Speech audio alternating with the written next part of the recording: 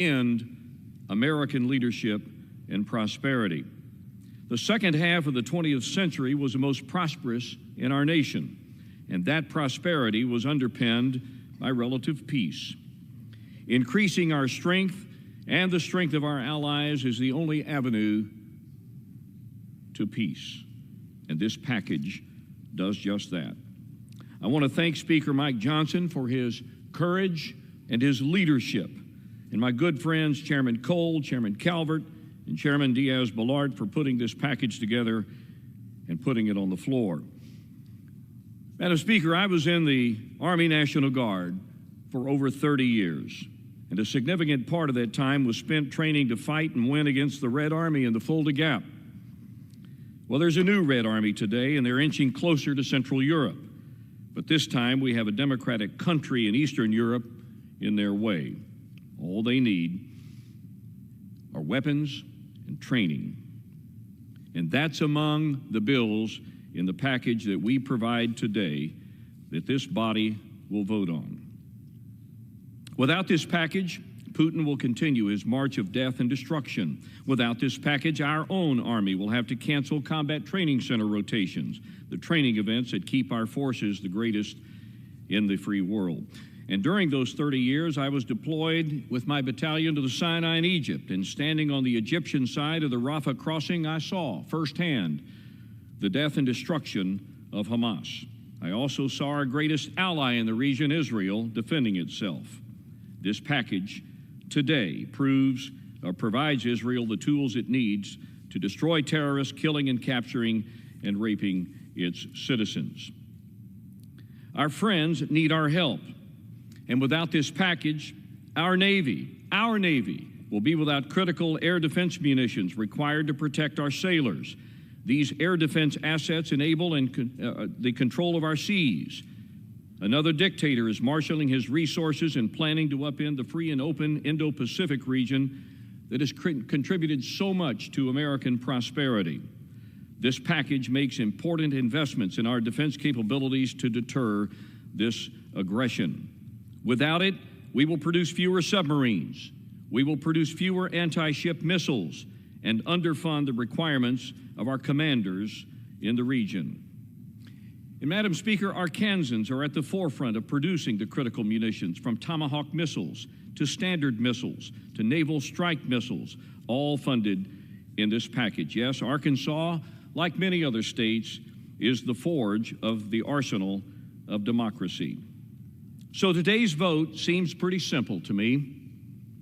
We're choosing between strength and weakness, between freedom and repression, and between prosperity and decline.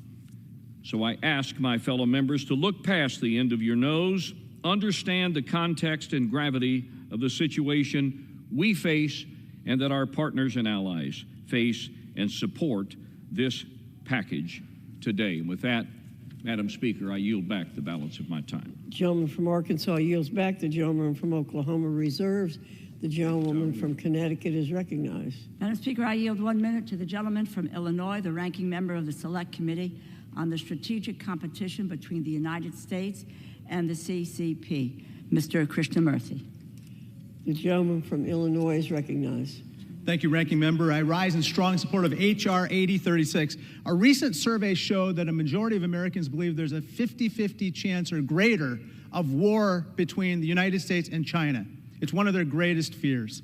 That same survey showed that 80% of Americans want us to do everything in our power to prevent war with China.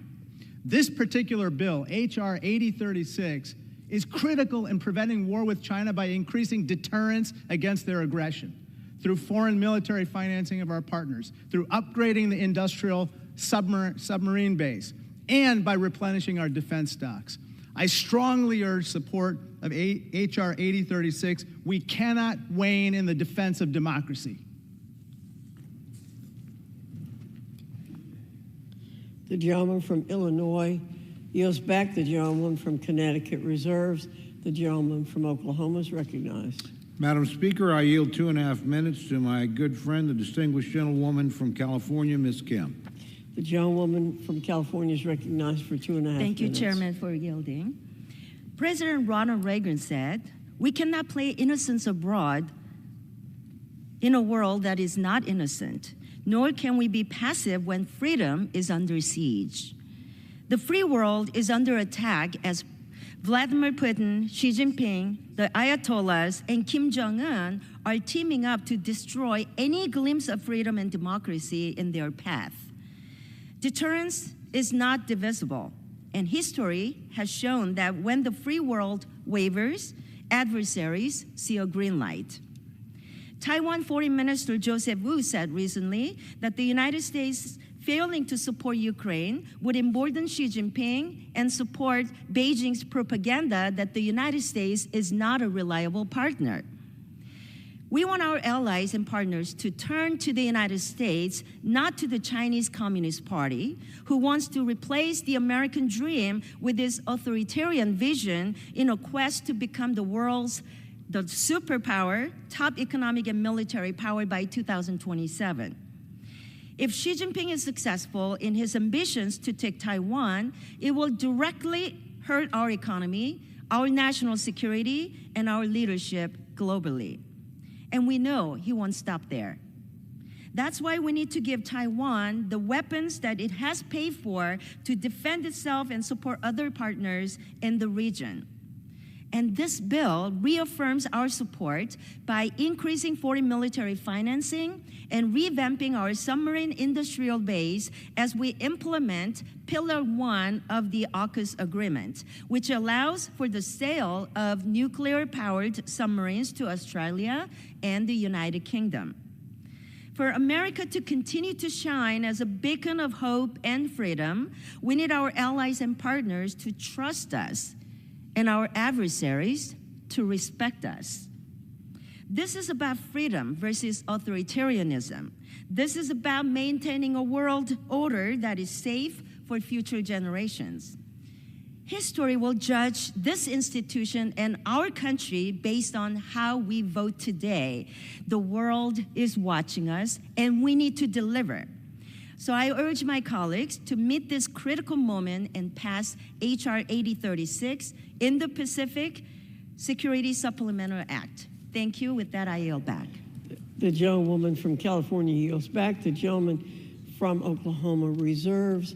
The gentlewoman from Connecticut is recognized. Madam Speaker, I yield 1 minute to the gentleman from Connecticut, Mr. Courtney, a member of the Armed Services Committee and ranking member on the Sea Power and Projections Subcommittee. Mr. Courtney. The gentleman from Connecticut is recognized for 1 minute. Thank you, Madam Speaker. I rise in strong support of the Indo-Pacific Security Supplemental Act.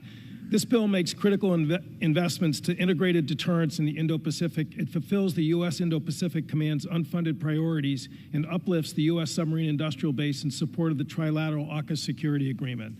Its $3.3 billion investment in submarines will both expand production capacity of the Virginia and Columbia class programs and provide Navy with resources to get more attack submarines out of maintenance delays and into the fleet.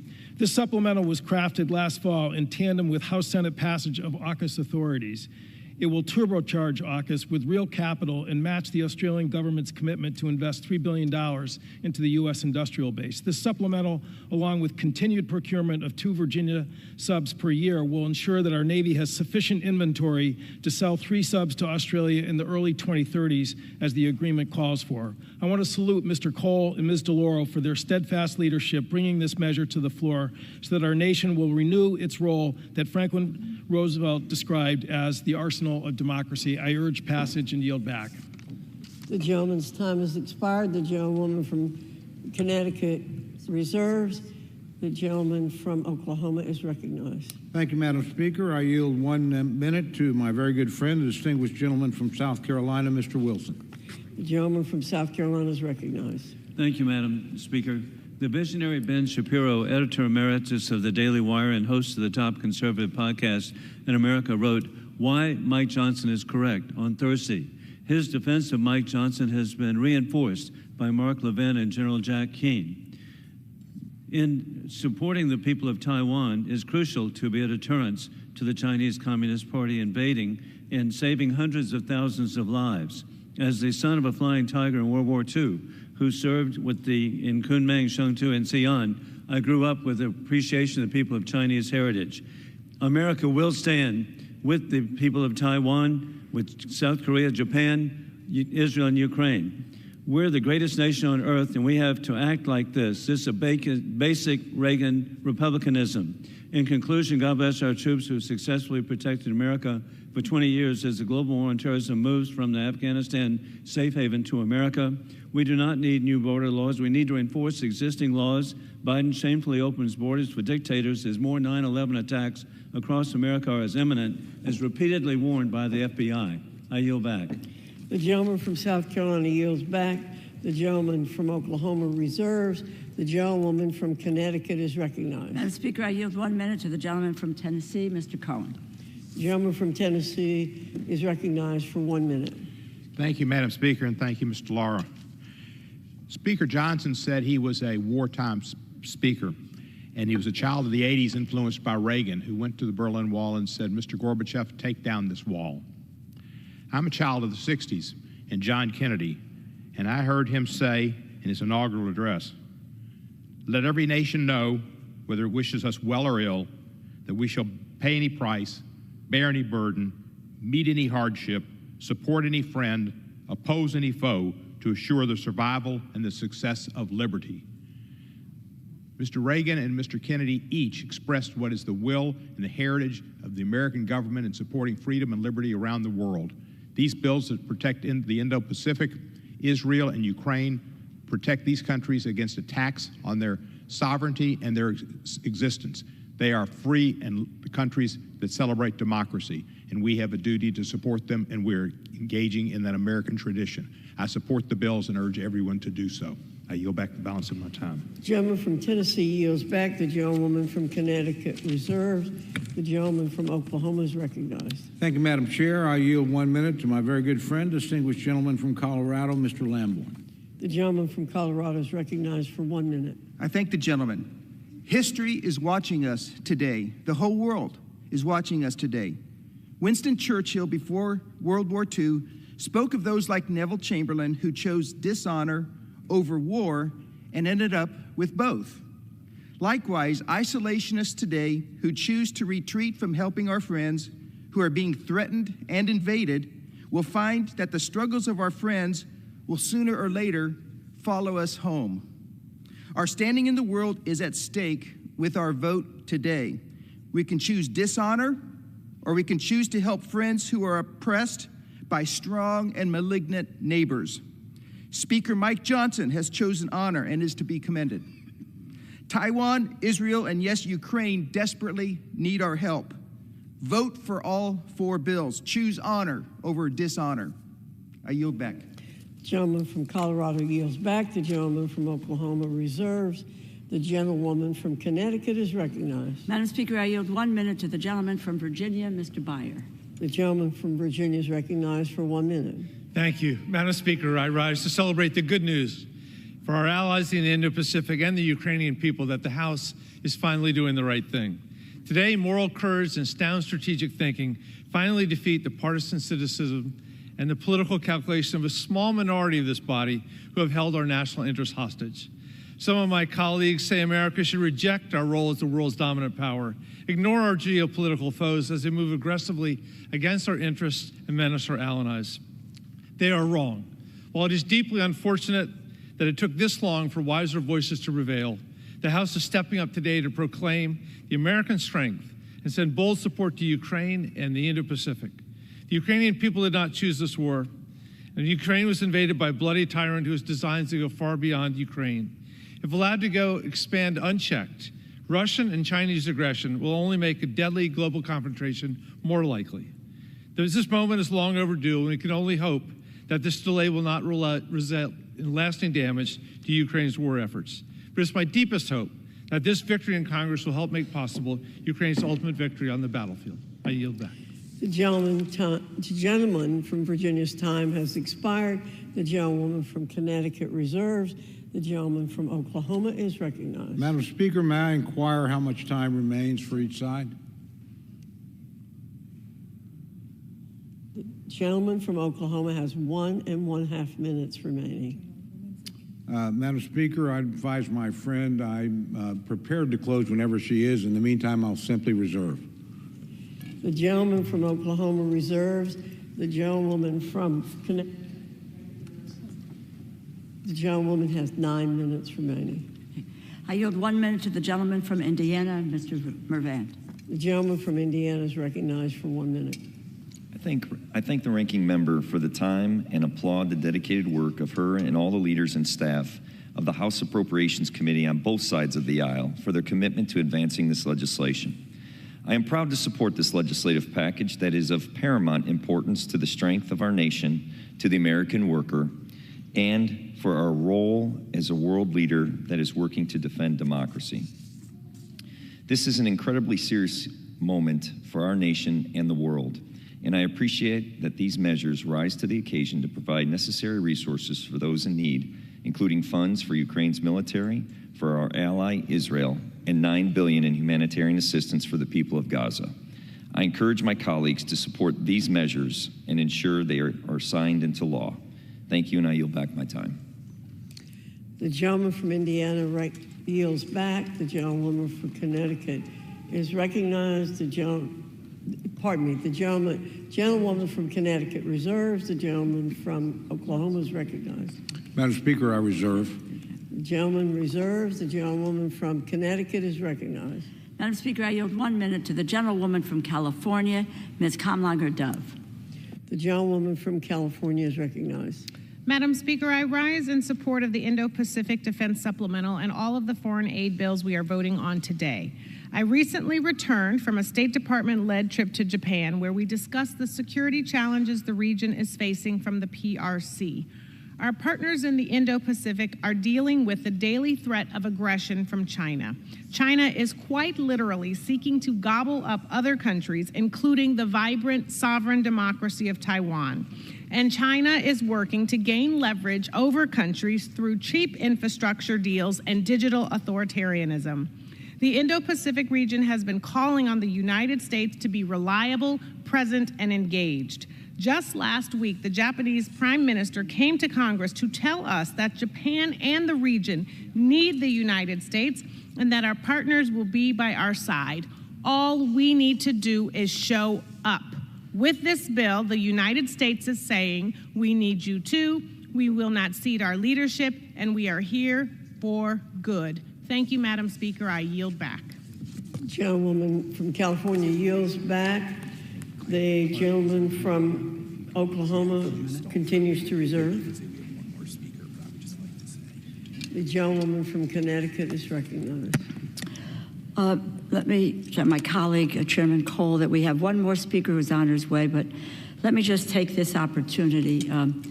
I just would like to say a thank you at this juncture to the former chair of the Appropriations Committee, our colleague, Kay Granger. It has really been my honor to serve with Congresswoman Granger. And she has been a pioneer in so many ways. I've said it to many folks, especially I say to the women who serve in this House. No one hands you anything here. You earn it. Kay Granger has earned every bit of the accolades, the titles that she has received because she earned it, she deserves it, and is an outstanding member of this body. I would also like to say to you, Chairman Cole, it's an honor to serve with you, and I think it really is impressive that in this second week leading the committee, we are passing a long overdue supplemental to aid our allies. To your credit, I thank you very, very much. The gentlewoman from Connecticut reserves. The gentleman from Oklahoma reserves. The gentlewoman from Connecticut is recognized. I yield 3 minutes to the gentlewoman from Massachusetts, the distinguished Democratic whip and former member of the Appropriations Committee, Mrs. Clark. 3. The gentlewoman from Massachusetts is recognized for 2 minutes. 3 minutes. I thank the gentlelady for yielding. John Gardner said, "History never looks like history when you are living through it." But there is no doubt that today's votes in the House of Representatives will reverberate through history, will be felt for generations to come. We have learned that when figures like Vladimir Putin emerge, we will not find peace through appeasement. As caretakers of the world's most powerful republic, we cannot look away when the world looks to us to lead the defense of democracy. We cannot look away because tyranny is not just emanating from Moscow. The same extremism that has fueled the Russian attack on the Ukrainian people has found countenance here in the People's House. In voting yes today, we can rebuke all those who choose to side with the enemies of freedom. As we combat tyrants, we can also not turn away from the innocent victims of war and famine. The suffering people of Gaza, Sudan, Haiti, Chad, and Armenia. The humanitarian aid in this package is vital to relieving their pain, saving their lives, and securing their children's future. As we witness so much destruction and starvation, as we attempt to comprehend the intertwined horrors of the October 7th attack on Israel and the devastating toll on innocent civilians in Gaza, I cannot see a path to peace that does not provide security and sovereignty to both Israelis and Palestinians, a peace rooted in justice and our common humanity. It is our hope that the votes we take today are a start. But we are not simply living through history, we are shaping it. We have the opportunity today to shape a future that is more just, more equitable.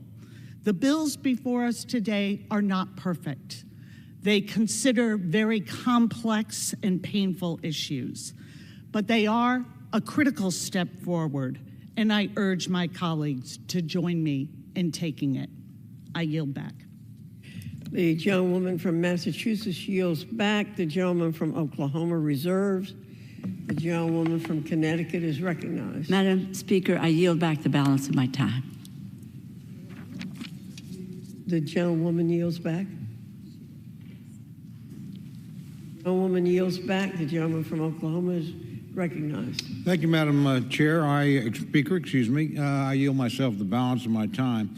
I want to begin by thanking the Speaker and the Rules Committee, particularly my good friends Chairman Burgess and Ranking Member McGovern, for structuring this debate so every member in this chamber would have an opportunity to express their opinion on every issue. This is really a very welcome gift. Nobody's being jammed. Everybody can voice their own opinion. I want to thank my good friend, the ranking member of the full Appropriations Committee, for working with me. We've had a long friendship and a long professional relationship, and I look forward to the years ahead working with her. But finally, Madam Speaker, I want to urge all our colleagues to support all four of these bills. We are, as Speaker after Speaker has said, at a critical moment in our history. We need to stand firm. We need to send a clear signal to the rest of the world, so please pass the bills. With that, Madam Speaker, I yield back my time. The gentleman from Oklahoma yields back. All time for debate on the bill has expired.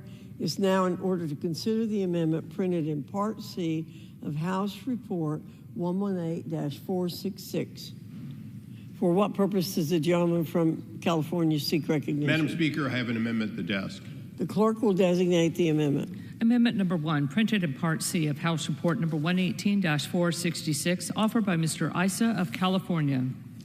Pursuant to House Resolution 1160, the gentleman from California, Mr. Issa, and a member opposed, each will control 5 minutes.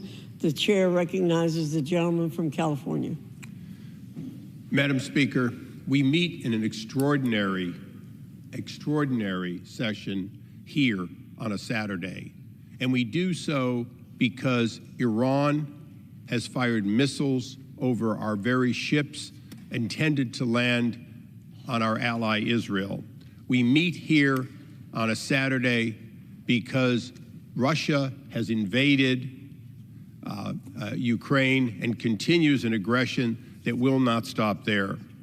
But we also meet here in order to provide a protection and a preventative funding to our allies in the Indo-Pacific.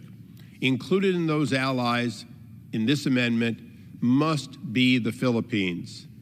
Only days ago, the President of the Philippines and the Prime Minister of Japan met with our President in a trilateral meeting for the first time in literally, I believe, history.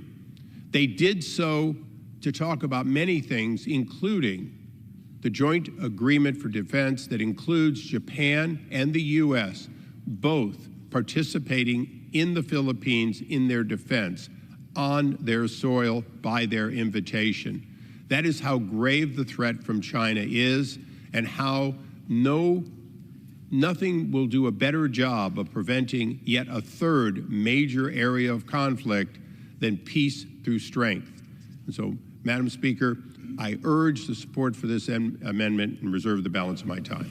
Gentleman from California reserves. The gentlewoman from Connecticut for what purpose does the gentlewoman from Connecticut seek recognition? Madam Speaker, I claim the time in opposition, though I am not opposed to the amendment, and I yield Without objection, the gentlewoman is recognized for 5 minutes. I yield 1 minute to the gentleman from Virginia, Mr. Scott. The gentleman from Virginia is recognized for 1 minute. Thank you, Madam Speaker. I rise today in support of the amendment that I joined with Congressman Issa and Moylan in support of foreign military funding for the Philippines. Earlier this month, as co-chair of the U.S.-Philippines Friendship Caucus, I had the opportunity to meet with the President of the Philippines, along with members of the Philippine House of Representatives, to discuss important bilateral relationship between our two countries.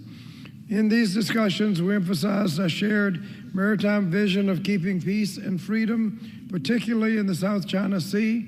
And as the gentleman from California mentioned, we're pleased to see the Biden administration recognize this important relationship, particularly by enhancing the Defense Cooperation Agreement.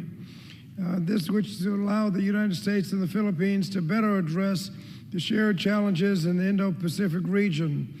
I urge my colleagues to support the amendment and yield back the balance of my time. Gentleman from Virginia yields back. The gentlewoman from Connecticut reserves. The gentleman from California is recognized. Madam Speaker, it's my honor to recognize and yield 1 minute to the gentleman from Guam. The gentleman is recognized for 1 minute. Thank you, Madam Speaker. I rise today to emphasize the importance of supporting our ally, the Philippines, as they stand on the front lines of China's gray zone warfare in the Philippine Sea. The U.S. needs to further commit to its security cooperation efforts with our friends in the Philippines. Since increasing Philippine foreign military finance in 2022, we have drastically improved in their ability to counter regional threats. Madam Speaker, we can do more. Our Philippine allies are harassed and intimidated daily. This includes high-pressure water cannons against civilian Philippine fishing vessels in their own waters. To show our support, I introduced with Congressman Bobby Scott H.Res. 837, reaffirming the ties between the United States and the Philippines. Funding our allies is simple math.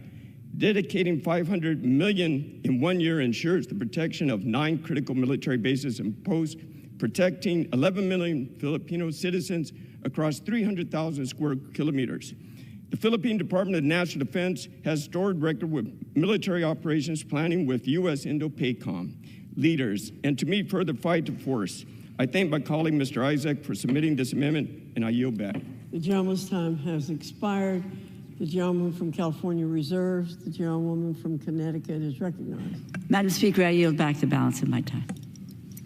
The gentlewoman yields. The gentleman from California is recognized. Madam Speaker, how much time do I have remaining? The gentleman has 2.5 minutes remaining. Madam Speaker, I yield the remaining time to myself. The gentleman is recognized. Thank you. I want to remind this body of something that I think is important today. When I entered this body some 20 plus years ago, another congressman, then Bob Filner, and myself founded the Philippine Friendship Caucus. And we did so because there were many promises made all the way back in World War II that had been reneged on through what was known as the Rescission Act.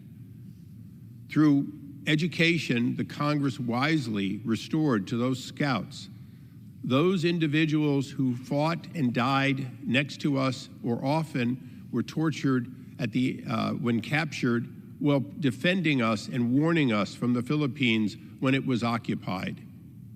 The Philippines has been our possession, our colony, our ally throughout history. But more importantly, the Philippine people have reached out to us time and time again to be our friends. President Marcos came here personally to double down, triple down on that relationship as a friend of the U.S., a democracy, and in fact, ready to defend the region with its partners for freedom in the Indo-Pacific. So, Madam Speaker, I ask you, please, this is an amendment more important perhaps than any other to prevent war, and I yield back the balance of my time. Pursuant to the rule, the previous question is ordered on the bill and on the amendment by the gentleman from California, Mr. Issa. The question is on the amendment by the gentleman from California. Those in favor say aye. Aye. Those opposed, no. The ayes have it. The amendment is agreed to.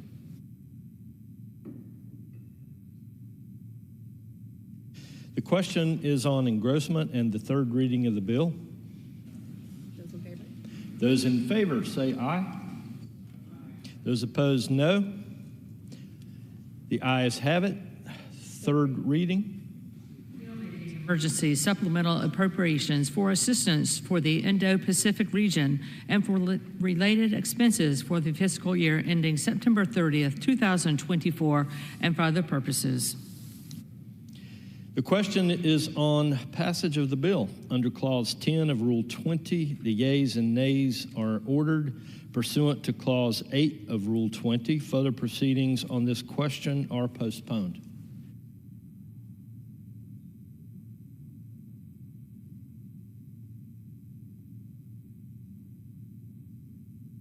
For what purpose does the gentleman from Oklahoma? Mr. Speaker, I would request the yeas and nays.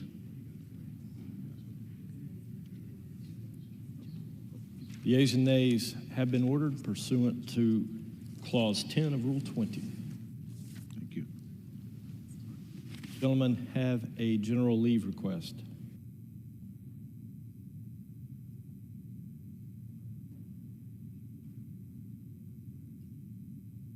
For what purpose does the gentleman from Florida seek recognition?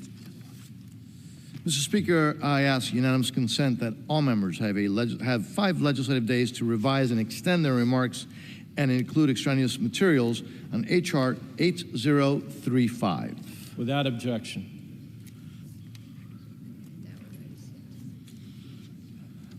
Pursuant to House Resolution 1160 and Rule 18, the Chair declares the House in Committee of the Whole House on the State of the Union for the consideration of H.R. 8035.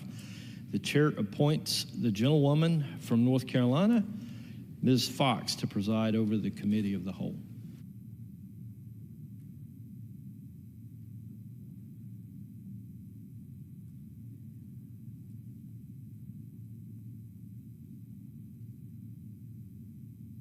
Is in the Committee of the Whole House on the State of the Union for the consideration H.R. 8035, which the clerk will report by title. A bill making emergency supplemental appropriations to respond to the situation in Ukraine and for related expenses for the fiscal year ending September 30th, 2024, and for other purposes.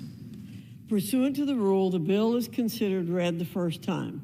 General debate shall be confined to the bill and shall not exceed 30 minutes, equally divided and controlled by the chair and ranking minority member of the Committee on Appropriations or their respective designees.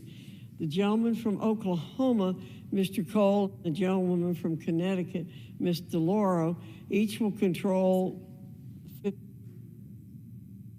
gentleman from Florida, Mr. Diaz-Balart, and the gentleman from Connecticut, Ms. DeLauro. Each will control 15 minutes. The chair recognizes the gentleman from Florida, Ms. Diaz-Balart. Thank you very much, Madam Chairwoman. I yield myself as much time as I may consume. The gentleman is recognized. Madam Chairwoman, I rise in support of H.R. 8035, the Ukraine Security Supplemental Appropriations Act, as well as the other two national security supplemental bills and the fourth bill that is full of strong conservative policy priorities. As we stand here today, a strategic military troika of evil sits over the horizon, marching towards the destruction of the values that we and our democratic allies hold so dear. We can either turn our heads away and hope to appease this great evil, or we can stand with our allies and confront this nefarious scourge. History has taught us that appeasement does not work, and it was attempted not that long ago through the failed Obama-Clinton reset with the communist KGB thug Putin.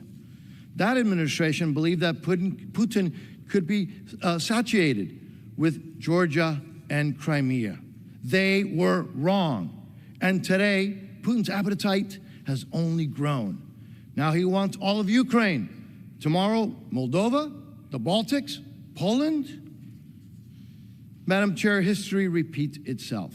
I'm reminded that in 1947, Congress provided military and economic support for Greece and Turkey, keeping them out of the hands of the Soviet Union. And today, this Congress has the chance to do the same by supporting these bills that confront the Troika and fully fund our security commitments to support Israel, Taiwan, and Ukraine, which are confronting existential challenges to their very existence. The only way to stand up to Putin and others like him, in the words of Ronald Reagan, is peace through strength. That is what every member voting yes on these bills is standing for today. This bill supports that principle, 2/3 of which will be spent here at home through investments in the U.S. defense industrial base to replenish our military equipment. The supplemental also provides critical security assistance to help ensure that Ukraine has the training and weapons it needs to stop Putin, such as traditional artillery rounds and air defense systems. Please take note of this. This bill requires a clear strategy from the administration that defines and prioritizes U.S. national security interests in Ukraine. It also includes unprecedented oversight and accountability requirements, including robust funding for our Inspector General and end-use monitoring of U.S. defense transfers. Also, economic assistance to Ukraine is subject to extensive burden sharing and transparency requirements, including the unprecedented cost matching by our European and other allies.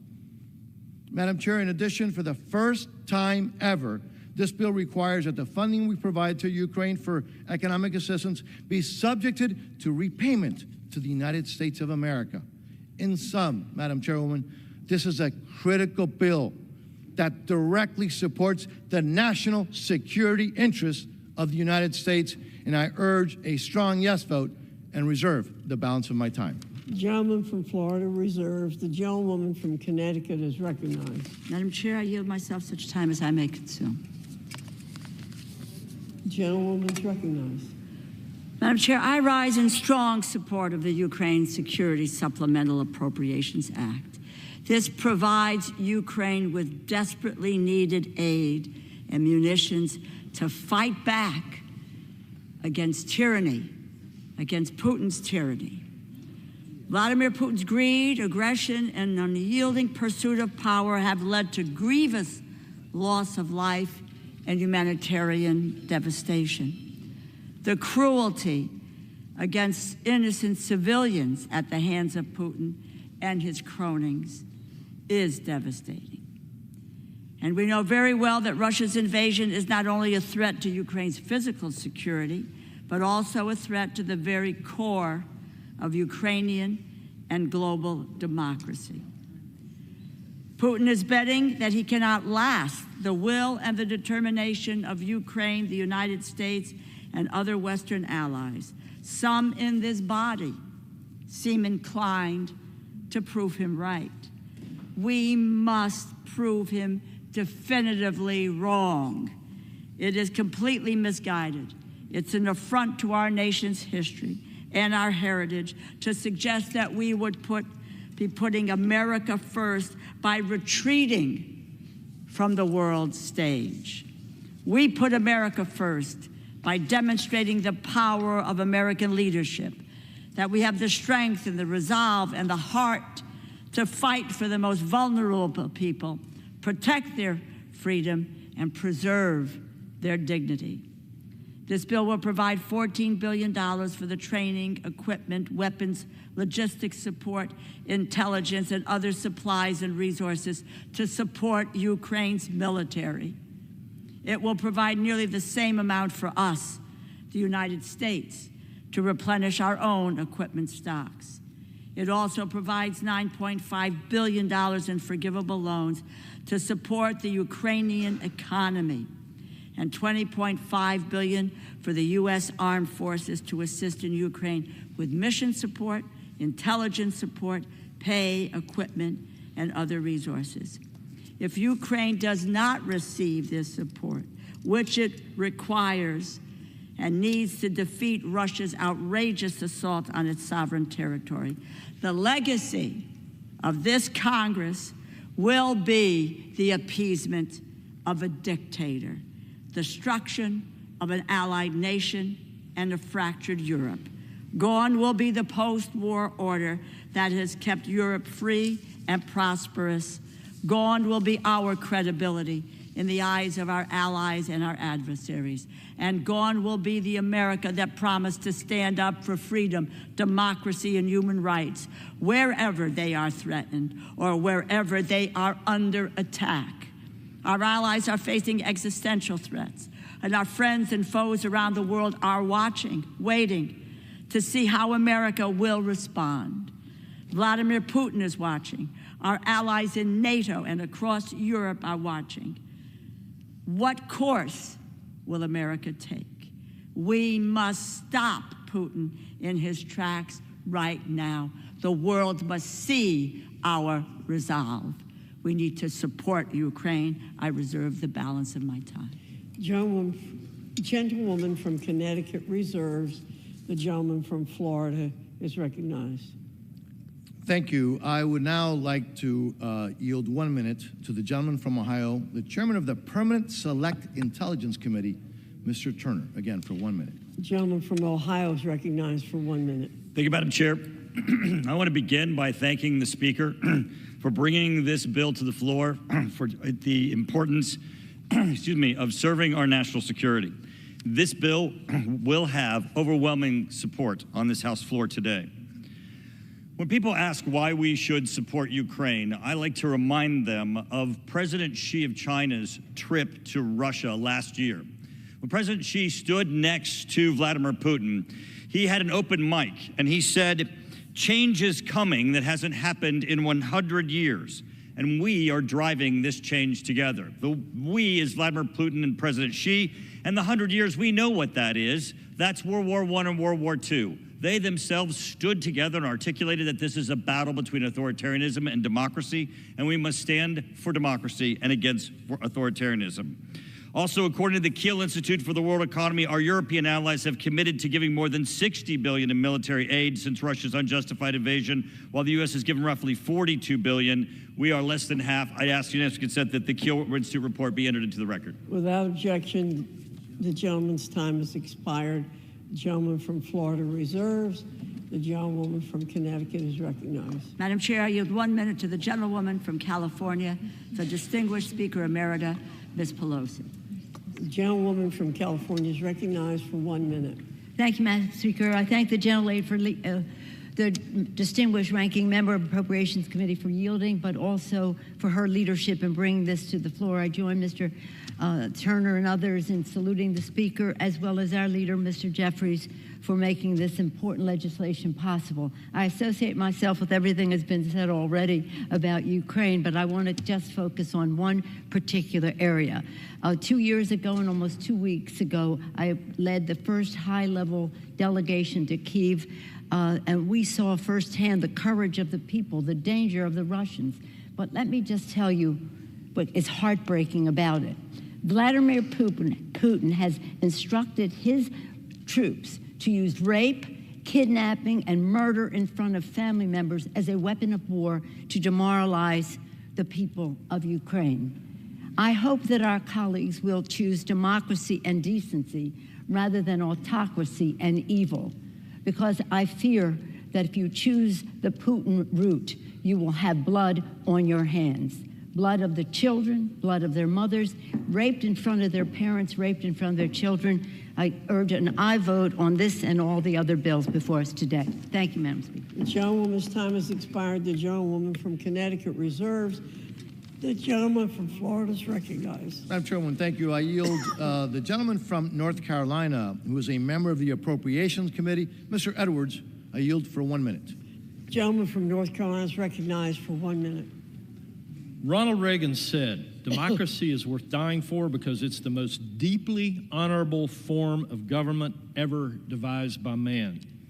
Madam Chair, that is but one of the reasons I rise today in support of H.R. 8035.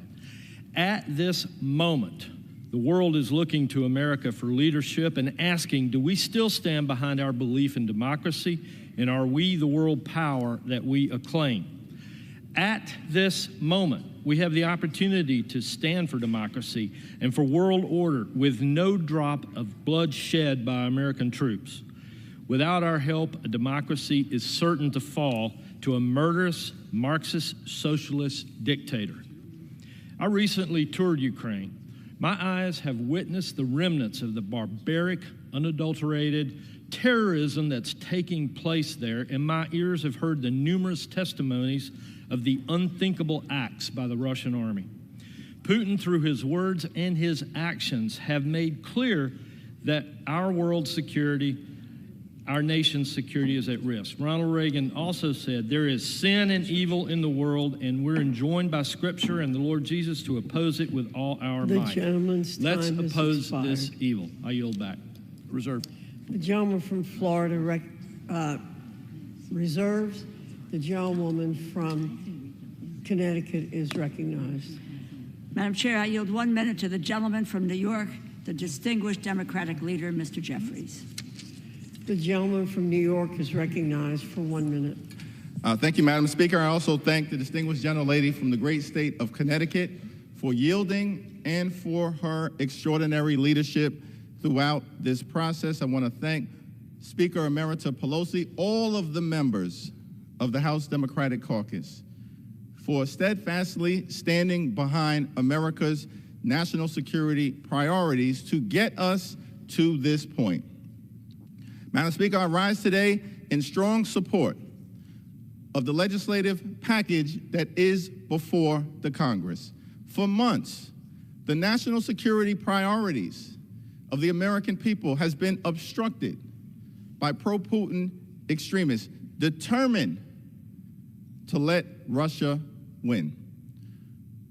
A bipartisan coalition of Democrats and Republicans has risen up to work together and ensure that we are getting the national security legislation important to the American people over the finish line. House Democrats have risen to the occasion.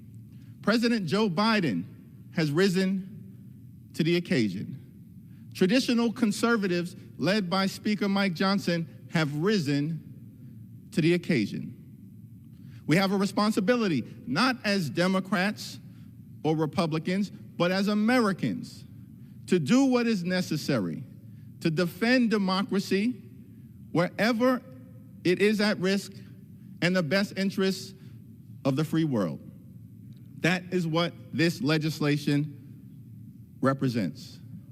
We have a responsibility to push back against tyranny. We have a responsibility to push back against totalitarianism. We have a responsibility to push back against terror. And we have a responsibility to stand with our democratic allies throughout the world. Israel is a democratic ally. Ukraine is a democratic ally. South Korea is a democratic ally. Taiwan is a democratic ally. Japan is a democratic ally. We have a responsibility to stand with our democratic allies throughout the world. We also have a responsibility to push back against our adversaries. Russia is not our friend. The Chinese Communist Party is not our friend. Iran is not our friend. We have a special relationship that exists between the United States and Israel. It's a relationship that is anchored in shared values and shared interests. Our commitment to Israel's security is ironclad. Israel has a right to exist as a Jewish and democratic state and safe haven for the Jewish people who have faced centuries of persecution throughout the years. The events of October 7th make clear that Hamas must be decisively defeated for the good of Israel, for the good of the Palestinian people, for the good of peace in the Middle East, for the good of the free world. Hamas must be decisively defeated. At the same time, there are other urgent priorities. We must do everything possible to make sure that we are freeing the hostages so they can safely return to their families, and do everything possible to surge humanitarian assistance into Gaza so we can help out Palestinian civilians who are in harm's way through no fault of their own. We must surge in food, surge in medicine, surge in humanitarian assistance. That is what this package will help accomplish, with more than $9 billion in humanitarian assistance. The events of October 7th and the suffering of Palestinian civilians in the theater of war are heartbreaking. Any person of goodwill should come to the conclusion that we have to find a way to achieve a just and lasting peace between Israel and the Palestinian people. And the only way for that to happen is for us to truly commit to a two-state solution when the moment presents itself, with a safe and secure Israel living side by side in peace and prosperity, with a demilitarized Palestinian state that provides dignity and self-determination for the Palestinian people. Let us recommit to accomplishing that objective. The humanitarian assistance in this legislative package will also allow the United States to be there to support people who are suffering all across the world, including millions in Haiti and millions in the Sudan, dealing with famine and starvation in a war-torn environment. This legislation, of course, will allow us to stand with our allies in the Indo-Pacific in the face of continued aggression from the Chinese Communist Party, to make sure that freedom and democracy and these values all across the world will continue to be triumphant. This legislation will allow us to support the bravery and the courage of the Ukrainian people, who, against all odds, continue to stand for what we as Americans believe in. In February of 2022, we were told that Ukraine would likely fall in a week, and that Russian troops would be in Kyiv in a week. But the bravery, the courage, the resilience of the Ukrainian people in the face of the most powerful military in Europe has proven to be consequential in partnership with American support and that of our NATO allies. But the Ukrainian people have taught us something, that in the face of an incredible military apparatus that they were confronting against all odds, that when a people believe in freedom or liberty or democracy, that can overcome even the mightiest of militaries. And so we've seen them, despite the prediction that they would fall in a week, inflict more than 300,000 casualties on the Russian military, significant portions of the Russian Navy wiped out in the Black Sea. More than half the territory that had initially been seized by the Russian military recaptured by Ukraine against all odds. But the pro-Putin obstruction that has stopped this national security legislation from advancing to the floor until this point risks all of the progress that has been made, which is why it's so essential for us to do what is necessary to stand with the Ukrainian people. Let me close with this observation that this is a moment to choose. This is a moment to choose. We can choose democracy or autocracy. We can choose freedom or tyranny. We can choose truth or propaganda. We can choose Ukraine or Russia. We can choose Zelensky or Putin. We can choose a democratic ally or a sworn enemy. This is a time to choose. The American people have always stood on the side of democracy and freedom and truth, which is why we must stand on the side of the Ukrainian people. We will stand with the Ukrainian people today. We will stand with the Ukrainian people tomorrow. We will stand with the Ukrainian people until victory is won.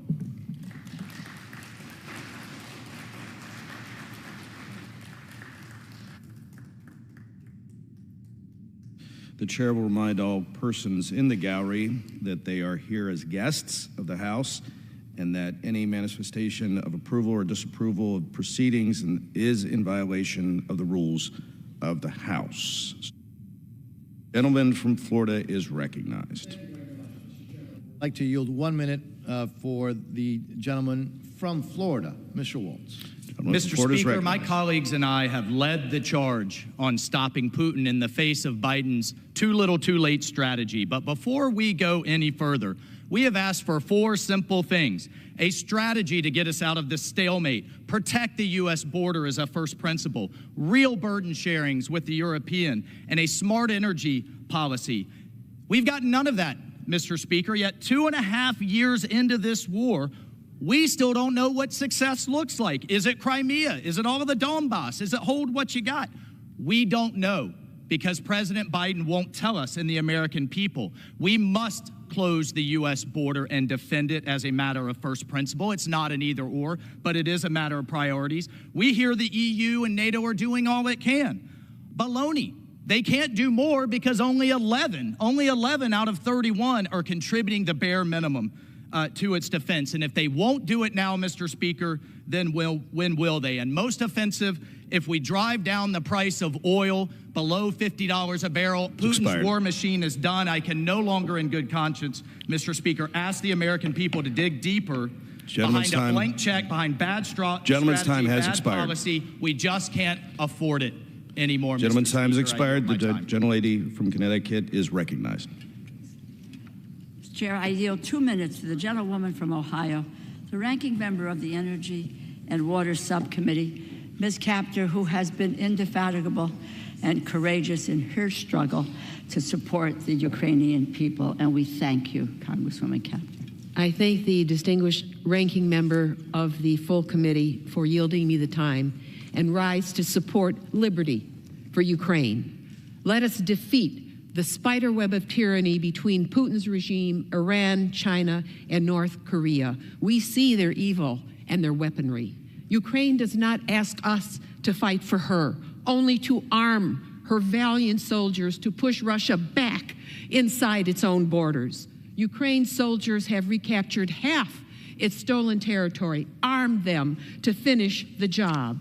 For those who may naively think America can sit on the sidelines and seek isolation, please know this old adage: if you take no interest in foreign affairs will find you.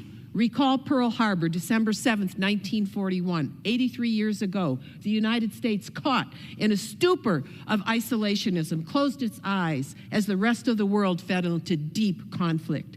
There is no killing field on earth like Ukraine. Millions upon millions upon millions of innocent people have died at the hands of deadly dictators, Lenin, Stalin, and now Putin. If Putin is permitted to conquer Ukraine, he will not stop there. He's promised that. Support from the American people will ensure victory for Ukraine, with the free world girding Liberty's shield.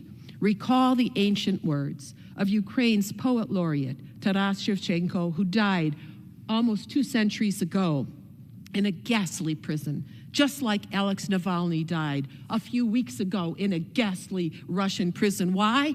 Because they believe in liberty. Quote, "The time is near when on Ukraine's plains a shackled folk will burst its chains. Blessed be your children in these lands. By touch of your toil-hardened hands, then shall our day of hope arrive. Ukrainian glory shall revive." Today is that day. Support liberty for Ukraine. Defeat Russian tyranny. Thank you, and I yield back. The gentleman from Florida is recognized. Mr. Chairman, thank you very much. I yield now to the gentleman from Alabama, the chairman of the Armed Services Committee, Mr. Rogers, for 1 minute. Gentleman is recognized. I thank my friend for yielding. Mr. Chairman, I rise in strong support of all these national security supplementals. The Armed Services Committee just completed our annual military posture review hearings with our combatant commanders.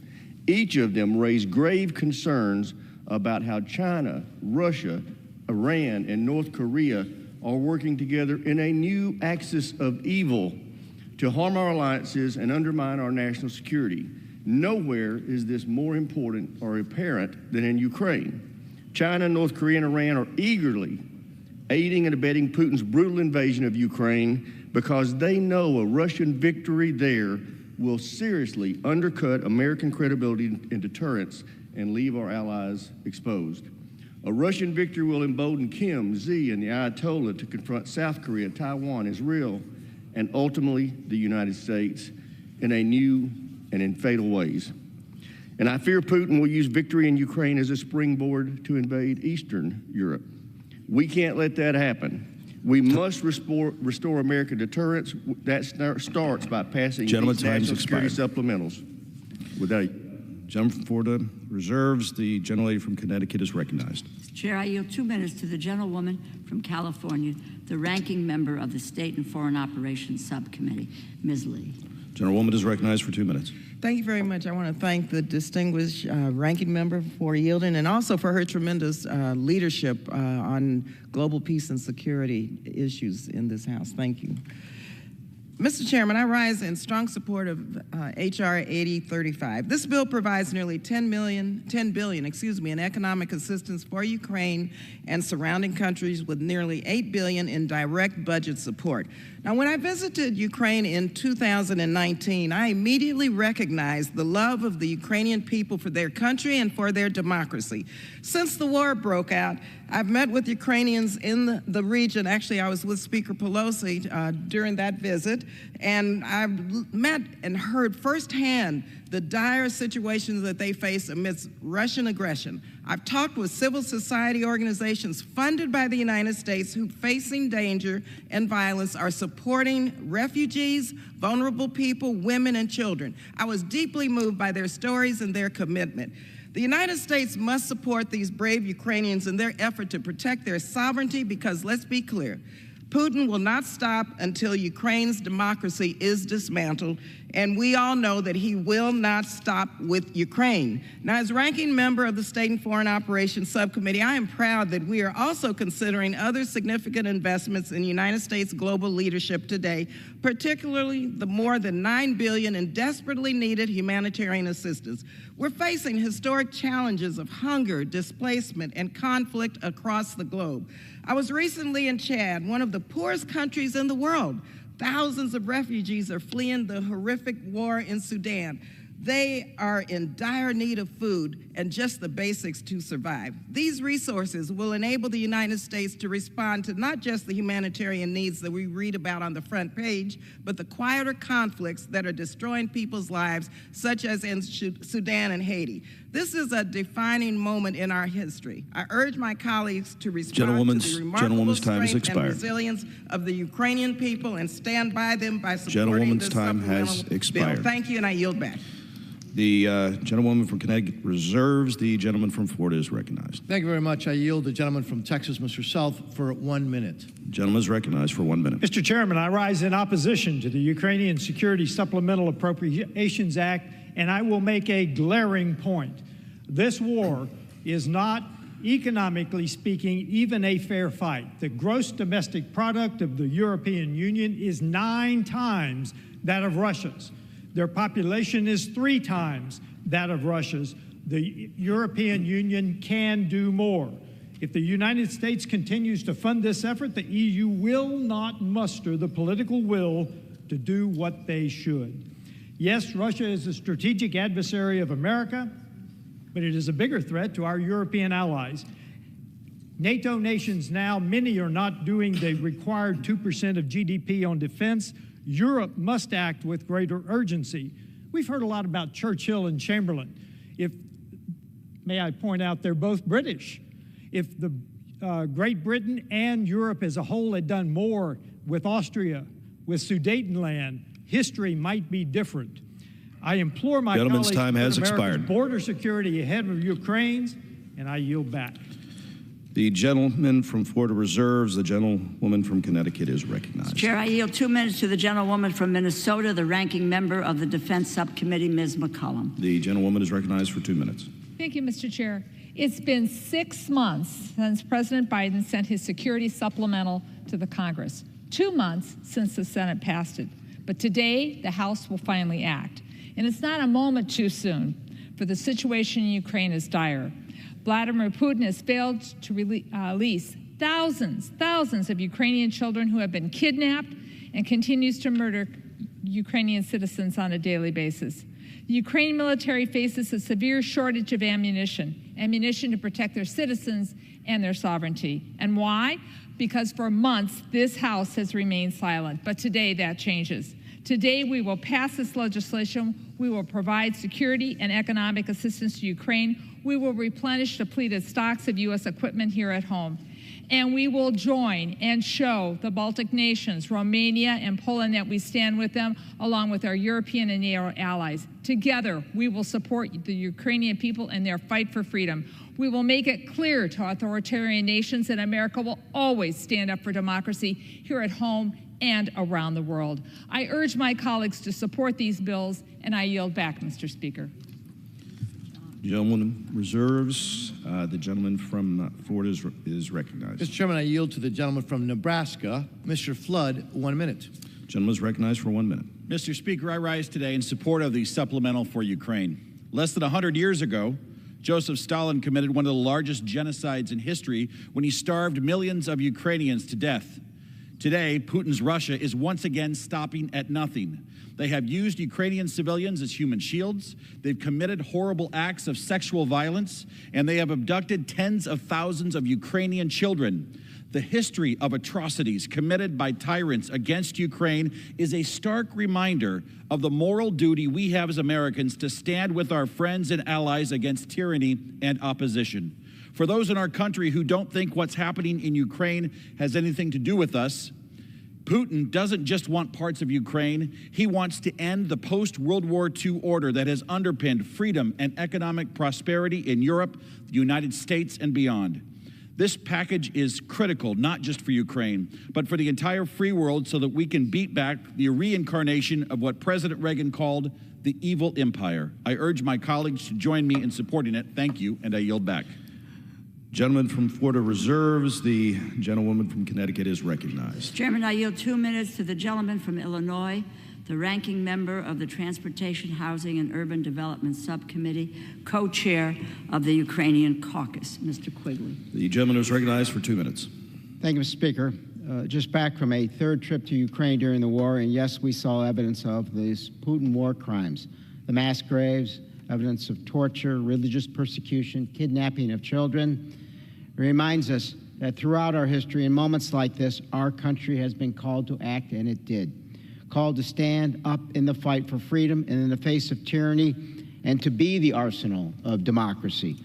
But in recent months, we have not met this challenge. It's been said it's never too late to do the right thing. Well, we're coming really close as we've been handcuffed by extremists and appeasers. Now the pipeline to Ukraine is almost empty. Should we now fail to send additional aid, Ukraine will lose this war, and in Putin's eyes, it will be just the beginning of his efforts to reconstitute the Soviet Union. Inaction risks not just the fate of democracy, but the possibility of drawing our own country directly into war. So today it's particularly important that we heed the voices from the past, from President Ronald Reagan as he espoused the Reagan Doctrine, that we will always defend our friends and allies against Soviet aggression. From President Kennedy saying, we shall pay any price, bear any burden, meet any hardship, support any friend, oppose any foe, to assure the survival and success of liberty. And finally, in his last inaugural, FDR, who reminded us, we have learned that we cannot live alone, at peace, that our well-being is dependent on the well-being of other nations far away. We can and must act. Thank you, and I yield back. Gentlewoman from Connecticut reserves. The gentleman from Florida is recognized. Mr. Chairman, I would now like to yield 1 minute to the gentleman from Florida, Chief Jimenez. The gentleman from Florida is recognized for 1 minute. Thank you, Mr. Speaker. I rise today in support of the supplemental for Ukraine. For the past 2 years, Ukraine has valiantly fought against the barbaric and unjustified invasion by Vladimir Putin and Russia. We have now reached an inflection point. Ukraine is running out of time, bullets, and arms necessary to defeat Russia. This supplemental will allow Ukraine to counter Russia with new and more advanced aid. It will also help by replenishing U.S. weapons, stocks, and facilities. America is seen as the beacon of hope across the globe, and our enemies are watching our actions closely today. As the Chinese Communist Party, Iran, North Korea, and even Cuba all line up behind Putin, it is time to do the same for our friends and allies. When I was 6 years old, my family fled my native homeland of Cuba. I personally know the evils of communism. The freedoms of this country are what brought my family here. They are worth fighting for. The Ukrainian people are only asking for help in fighting for that same freedom. And what is the cost of freedom? Is there a cost for freedom? Can you put a price tag on it? Today is a chance to bolster our international reputation as a faithful ally and to prove that we will not falter under pressure. This is an opportunity to help our allies and discourage our adversaries. I urge support and yield back. Gentleman, time's had expired. Gentleman from Florida reserves. The gentlelady from Connecticut is recognized. Mr. Chairman, I am prepared to close, and I reserve my time. Gentlewoman reserves. Gentleman from Florida is recognized. I also will reserve at this time. Gentleman reserves. Gentlewoman from Connecticut is recognized. Gentleman. I am ready to close, Mr. Chairman, if the gentlewoman as well. Gentlelady from Connecticut recognized.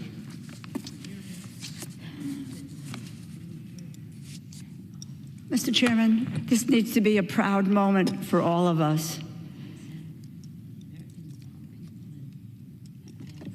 This country, this great United States of America, has always led, has always taken the high ground and the moral responsibility to do the right thing. To support a nation which has only asked us to help them maintain their sovereignty, maintain democracy, and let them ally with us in the United States. The Speaker of this House has come out in support of aid to Ukraine. He said, and I quote, "History judges us for what we do." This is a critical time in the world, on the world stage, and the Speaker continued, "I would rather send bullets to Ukraine than American boys." We need to send military equipment, arms, what Ukraine needs to defeat an aggressor who is responsible for the death of millions of civilians. We have a moment today to say no to tyranny. We have a moment to take back the moral high ground for the United States, and that say we do not walk away from an ally. We do not walk away from freedom. We do not walk away from human rights. We do not walk away from democracy. That is not the United States of America. Winston Churchill once said, "Success is not final. Failure is not fatal. It is the courage to continue that counts." We know of no nation today who has had the courage to continue as Ukraine has. And the United States needs to have the courage to stand up and to help them continue when it counts and defeat a tyrant and autocrat whose relish for power knows no bounds. It is our moral responsibility. Today, we need to stand with Ukraine. I urge my colleagues to support this bill. The gentlewoman has yielded back. Gentleman from Florida is recognized. Mr. Chairman, thank you. In closing, we may be nearing a dangerous inflection point in this war. If the thug Putin were to win, it would be a disaster for our national security, frankly, on par with the Biden administration's chaotic withdrawal from Afghanistan. Imagine how this outcome would embolden Russia's key strategic ally, Communist China, to undertake military coercion and aggression against Taiwan, and the fateful consequences that would stem from that. I want to remind my colleagues that appeasement never works. Harry Truman and Ronald Reagan both understood, as President Reagan said, and I quote, "We know only too well that war comes not when the forces of freedom are strong, but when they are weak. It is then that tyrants are tempted. It is time to be resolute. Let's heed the lessons of history and support this bill." Finally, I want to thank Speaker Johnson for his principled leadership and his fortitude in moving forward with this bill in the face of daunting obstacles. His resolve is a testament to his strength of character. I also want to thank Chairman Cole, Ranking Member DeLauro for their leadership on this bill. I urge a strong yes vote, and with that, I yield back the remaining part of my time. The gentleman yields. All time for general debate has expired. Pursuant to the rule, the bill shall be considered for amendment under the 5-minute rule. The amendment printed in Part A of the House Report 118-466 shall be considered as adopted, and the bill, as amended, shall be considered as read. No further amendment to the bill as amended is in order except those printed in Part B of House Report 118-466. Each such further amendment may be offered only in the order printed in the report by a member designated in the report. Shall be considered read, shall be debatable for the time specified in the report, equally divided and controlled by the proponent and opponent, shall not be subject to amendment, and shall not be subject to a demand for division of the question. It is now in order to consider the Amendment 1 printed in Part B of House Report 118-466. For what purpose does the gentlewoman from Indiana seek recognition? Mr. Speaker, I have an amendment at the desk. The clerk will designate the amendment. Amendment number 1, printed in Part B of House Report number 118-466, offered by Mrs. Sparts of Indiana. Pursuant to House Resolution 1160, the gentlewoman from Indiana, Ms. Sparts, and a member opposed shall each control 5 minutes. The chair now recognizes the gentlewoman from Indiana. Thank you, Mr. Speaker, and I yield myself as much time as I may consume. I have held a very principled position on Ukraine, and unfortunately, this position is not very shared with a lot of people in Congress. It's unfortunately, we have the false choice of either saying that Ukraine doesn't matter to America or support Ukraine with no question asked, with blank checks. And both these positions are not good in our national interest, and both of these positions are not good in the interest of the people of Ukraine. And unfortunately, this monopoly of narratives prevailing in our government, in our society, and in Congress. So my amendment is actually very simple. And I know this is just, we're doing this amendment just for the show, and no one is going to pass anything on the floor. We still will go with blank checks and slush funds. And unfortunately, this strategy failed the American people. President Biden failed the American people on the border, on national security. Congress failed the American people on the border, on national security. President Biden and President Zelensky failed the Ukrainian people. They were not ready before the war started. They didn't have good strategy when the war started, slow-walked the aid, and really didn't fight and deter Putin to go further. And now we have a very significant war in Europe. And I said, unfortunately, this supplemental doesn't just have a lethal aid, it's had other parts, and they will go further, and unfortunately, no one is going to be taking our amendments. So because we have presentations and circuses, but decisions already made. So my amendment is actually very simple. It just says we shouldn't have blank check and let President Biden have presidential drawdowns increase from 100 million to 8 billion, including loans from 4 to 8 billion. So we generally given true blank check to President Biden of $16 billion. Congress forgot, that we should do our jobs. We shouldn't create these loopholes for presidents, doesn't matter who the president is, to be able to do what they want to do. This is our job to oversee these funds. So very simple amendment. This emergency that we created now go to the point where giving billions of dollars Congress and not doing its job. We have the power of the purse for a reason. So all it does, this amendment, it eliminates 4 sections that increasing, and it's a true blank check. Because when we say that presidential drawdown goes from 100 million to 8 billion almost, or from 200 to 400 million, from 25 to 50 million, we really don't even know what he's going to do. He can do whatever he wants with that.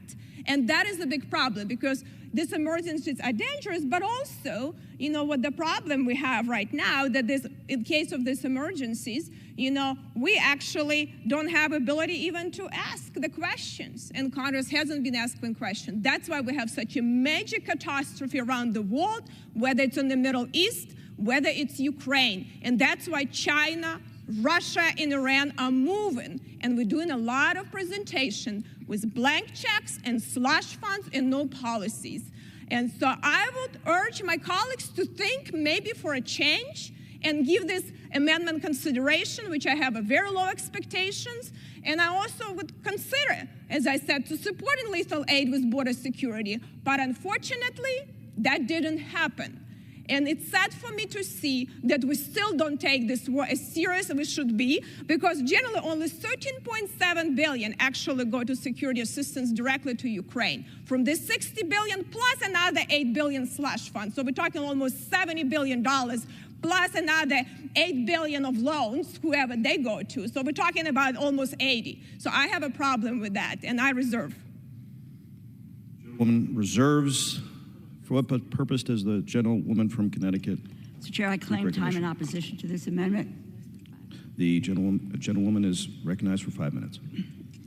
This war is an existential conflict for Ukraine. As important, it is a test for the United States and the United States leadership. One of the best tools we have to get the Ukrainians what they need is presidential drawdown authority. This allows the United States to send equipment from our stocks to the front line in a matter of days. There isn't time to delay. This amendment would cut that authority from $7.8 billion to $100 million. It ties our hands, and yes, it hamstrings the Ukrainian military to do the job that they need to do to defeat Putin. We all lose if Ukraine succumbs to Putin's ambitions, and it will not stop there. Putin in 2016 asserted that Russia's borders do not end, and this is a quote, do not end anywhere. Russian officials just this spring have threatened Finland, Romania, Armenia, Estonia, Lithuania, and Moldova, removing the best tool that the United States has to exercise in terms of a moral clarity and responsibility, that we can move quickly to arm our allies would be a grave mistake. Please vote no on this amendment, and I yield back the balance of my time. The gentlewoman reserves. The gentlelady yielded back. The gentlelady How much time do I have Indiana. remaining? Gentleman has 30 seconds. Okay. Thank you, Mr. Speaker. I just want to highlight we are increasing blank check from 100 million to 8 billion, and we don't even know if it's spent for Ukraine or not. Just a blank check of 16 billion to President Biden, purely blank check. And I hope that my colleagues will support that, because we need to stop slush fund and blank checks. We will never win against aggressors if we continue Congress not do its job. I yield back. The gentlewoman yields back. The question is on the amendment offered by the gentlewoman from Indiana. Those in favor say aye. Those opposed say no. In the opinion of the chair, the noes have it. The amendment is not agreed to. I request a recorded vote. Purposes, the gentlelady from Indiana seek recognition. I request yeas and nays. Do you request a recorded vote? Recorded vote. Okay, so pursuant to Clause 6 of Rule 18, further proceedings on the amendment offered by the gentlewoman from Indiana will be postponed. It is now in order to consider amendment number 2, printed in Part B of House Report 118-466. For what purpose does the gentlewoman from Georgia seek recognition? Mr. Speaker, I have an amendment at the desk. The clerk will designate the amendment. Amendment number 2, printed in Part B of House Report number 118-466, offered by Ms. Greene of Georgia. Pursuant to House Resolution 1160, the gentlewoman from Georgia, Ms. Greene, and a member opposed, each will control 5 minutes. The chair now recognizes the gentlewoman from Georgia. Thank you, Mr. Speaker. My amendment today would drive the amendment, the bill for Ukraine, take each dollar amount in this act is hereby reduced to zero. You see, the United States taxpayer has already sent $113 billion to Ukraine, and a lot of that money is unaccounted for. This is a continuance of a sick business model that the American government continues. The federal government continues to fund the military-industrial complex, and this is a business model that requires Congress to continue to vote for money, to continue to fund foreign wars, and this is a business model the American people do not support. They don't support a business model built on blood and murder and war in foreign countries, while this very government does nothing to secure our border. The American people are over $34 trillion in debt, and the debt is rising by over $40 billion every single night while we all sleep. But yet nothing is done to secure our border or reduce our debt. Inflation has driven out of control. Americans are suffering every single day. They can hardly afford their grocery bills. They can hardly afford gas in their car. They can hardly afford rent. And now mortgage payments are well over $3,000, where they were only just over $1,700 3 years ago.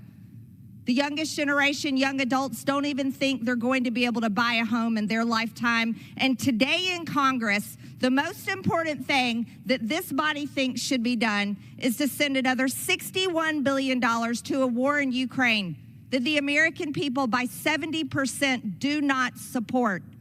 Mind you, this comes on the very heels of Monday being April 15th, tax day, where every single American had to scrounge up their money and send their dollars in to the IRS. Or some of them had to file extensions because they weren't ready and didn't have the money to pay their taxes.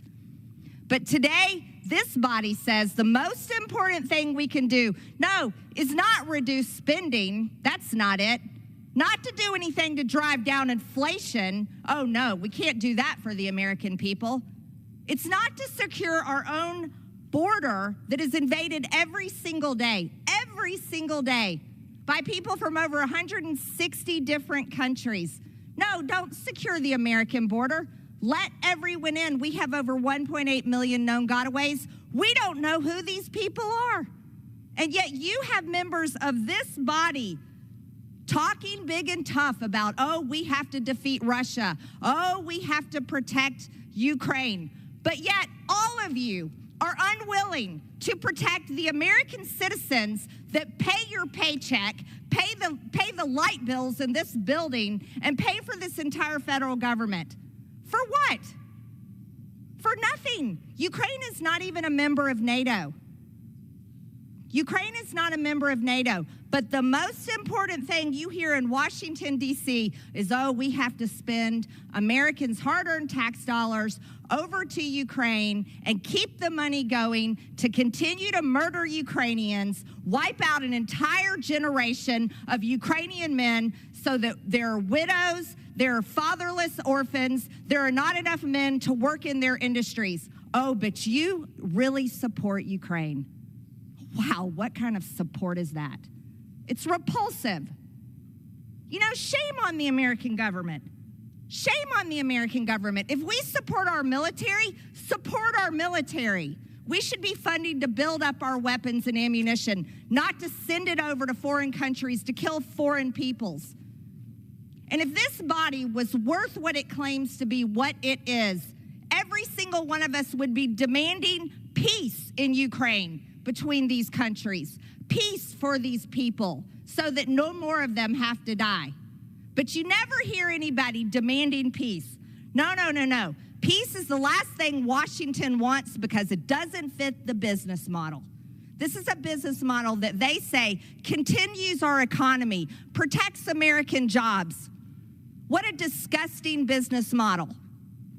We should have a business model that builds up our American companies and American jobs to serve American interests, and our military and our government should care about protecting the national security of the United States of America and the Americans that pay their hard-earned tax dollars to fund all of this.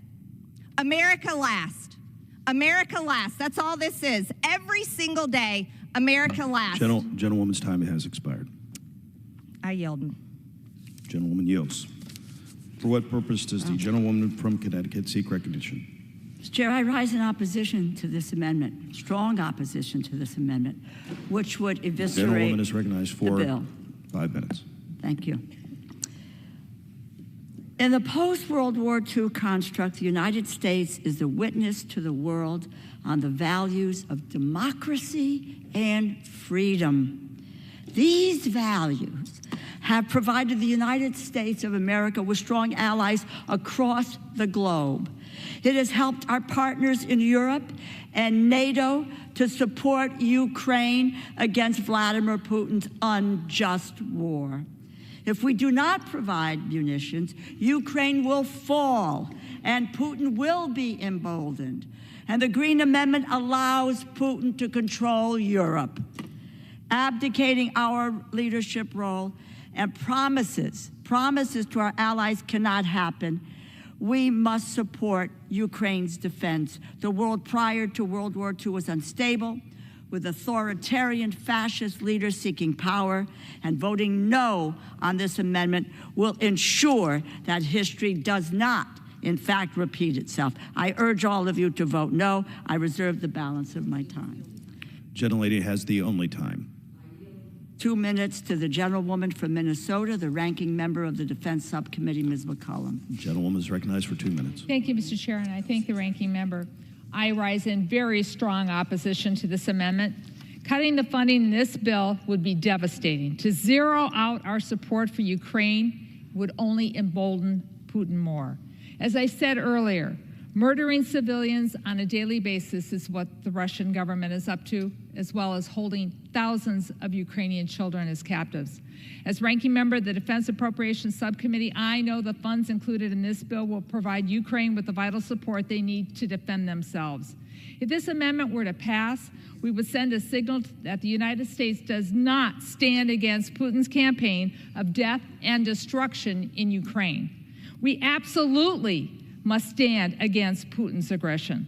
If Putin is allowed to succeed in snuffing out Ukraine's democracy, it will put our allies in the Balkan states, Poland, Romania, and other NATO partners at great risk. The funds in this bill also strengthens America's national security by supporting our operations in Europe, backfilling our own military stocks so that we are prepared. I strongly urge a no vote on this amendment, and Mr. Speaker, I yield back. The gentlewoman yields back. Gentlewoman from Connecticut. Mr. Chair, I yield 2 minutes to the gentleman from Washington, the ranking member of the Armed Services Committee, Mr. Smith. The gentleman is recognized for 2 minutes. Thank you, Mr. Speaker. I want to focus on one argument of the sponsor of this amendment, who's basically saying that if we pass this bill, we are advocating the killing of Ukrainians. That is a uniquely demented way of looking at this war. Putin invades. Putin, as we speak, is bombing and killing Ukrainian civilians. And the only thing that is reducing the number that he can kill is the Ukrainians' ability to fight back. So to look at this from a pure Russian propaganda standpoint, they invade, they bomb, they kill, and it's our fault for helping the Ukrainians defend themselves. That is the argument here against supporting Ukraine, and it literally makes no sense. If you want peace, give the Ukrainians the strength to stop Putin. He is the one that will not come to the bargaining table right now because he thinks he's winning. He thinks he can go all the way to Kyiv. He thinks he can take the whole country.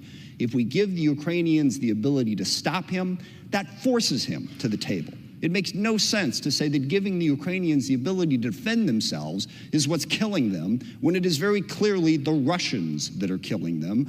And I would also note that no president has added more to the deficit in one 4-year, or the debt, sorry, in one 4-year term than President Trump.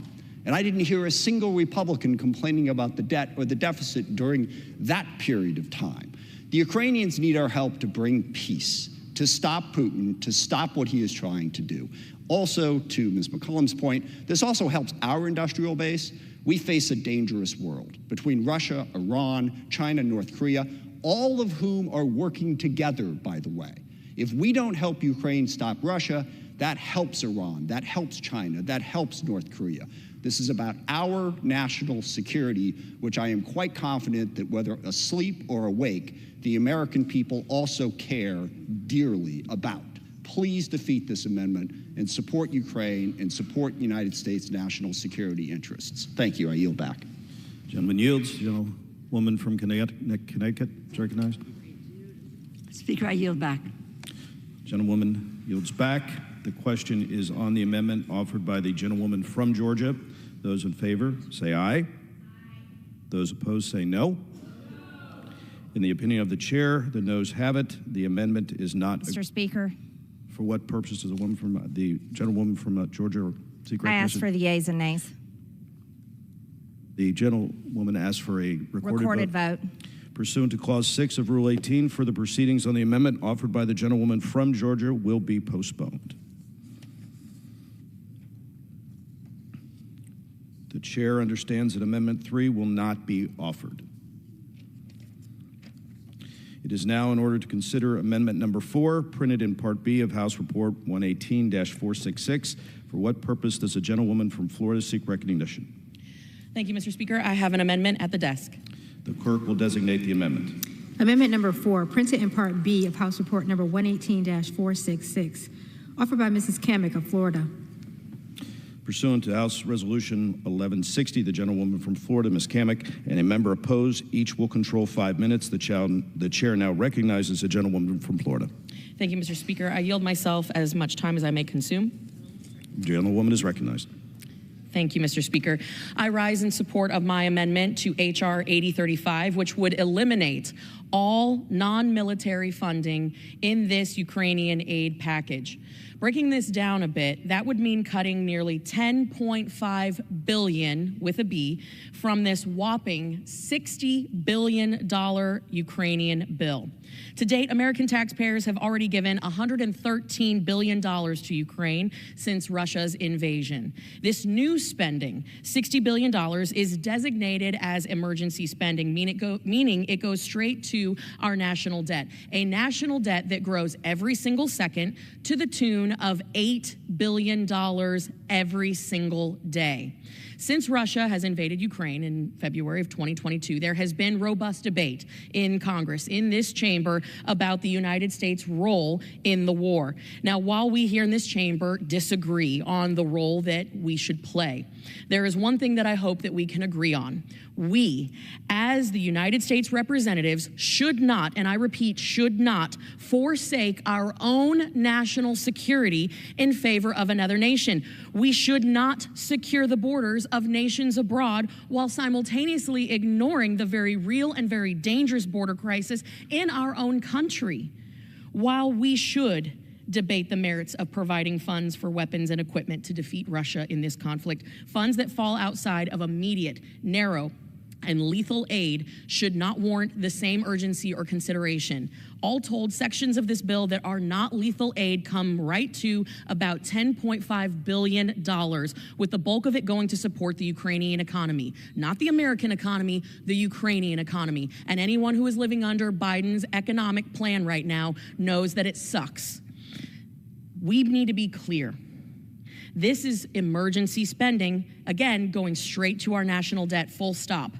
And again, we are borrowing $8 billion a day. Over the past 20 years, Congress has designated $12 trillion in emergency spending. With these funds in the bill that are not designated for military purposes, the American people are resigned, once again, to absorbing another $10.5 billion to support Ukraine and their economy, while simultaneously adding the debt to our $34.7 trillion national debt. That is simply unacceptable. We are robbing Peter to pay Paul, and the American people are once again left holding the bag. You cannot stand here on this chamber's floor as a representative of the American people in the people's house and sincerely say that you have done everything possible to look out for American national security and American economic security if we don't narrow the focus of this bill. We have to adopt this amendment. And by the way, while I was speaking, we have added another $5.5 million to the national debt. I urge my colleagues to support this amendment, and I reserve. Gentlewoman reserves. For what purpose does the gentleman from Florida seek recognition? I claim the time in opposition, if you would. The gentleman is recognized for 5 minutes. Mr. Chairman, I rise in opposition to this amendment from one of the people that I most admire, and again, a dear friend and a colleague from Florida. This is clearly a well-intended amendment. And frankly, when I was listening to her presentation, there are so many things that I agreed with what she said. But it would strike all funding in the bill except for the foreign military financing. And so, as I mentioned, there's so many things that I agree with what she said. I agree, for example, that over time the United States we must focus its effort on really intelligence and essential military support. I totally agree with that.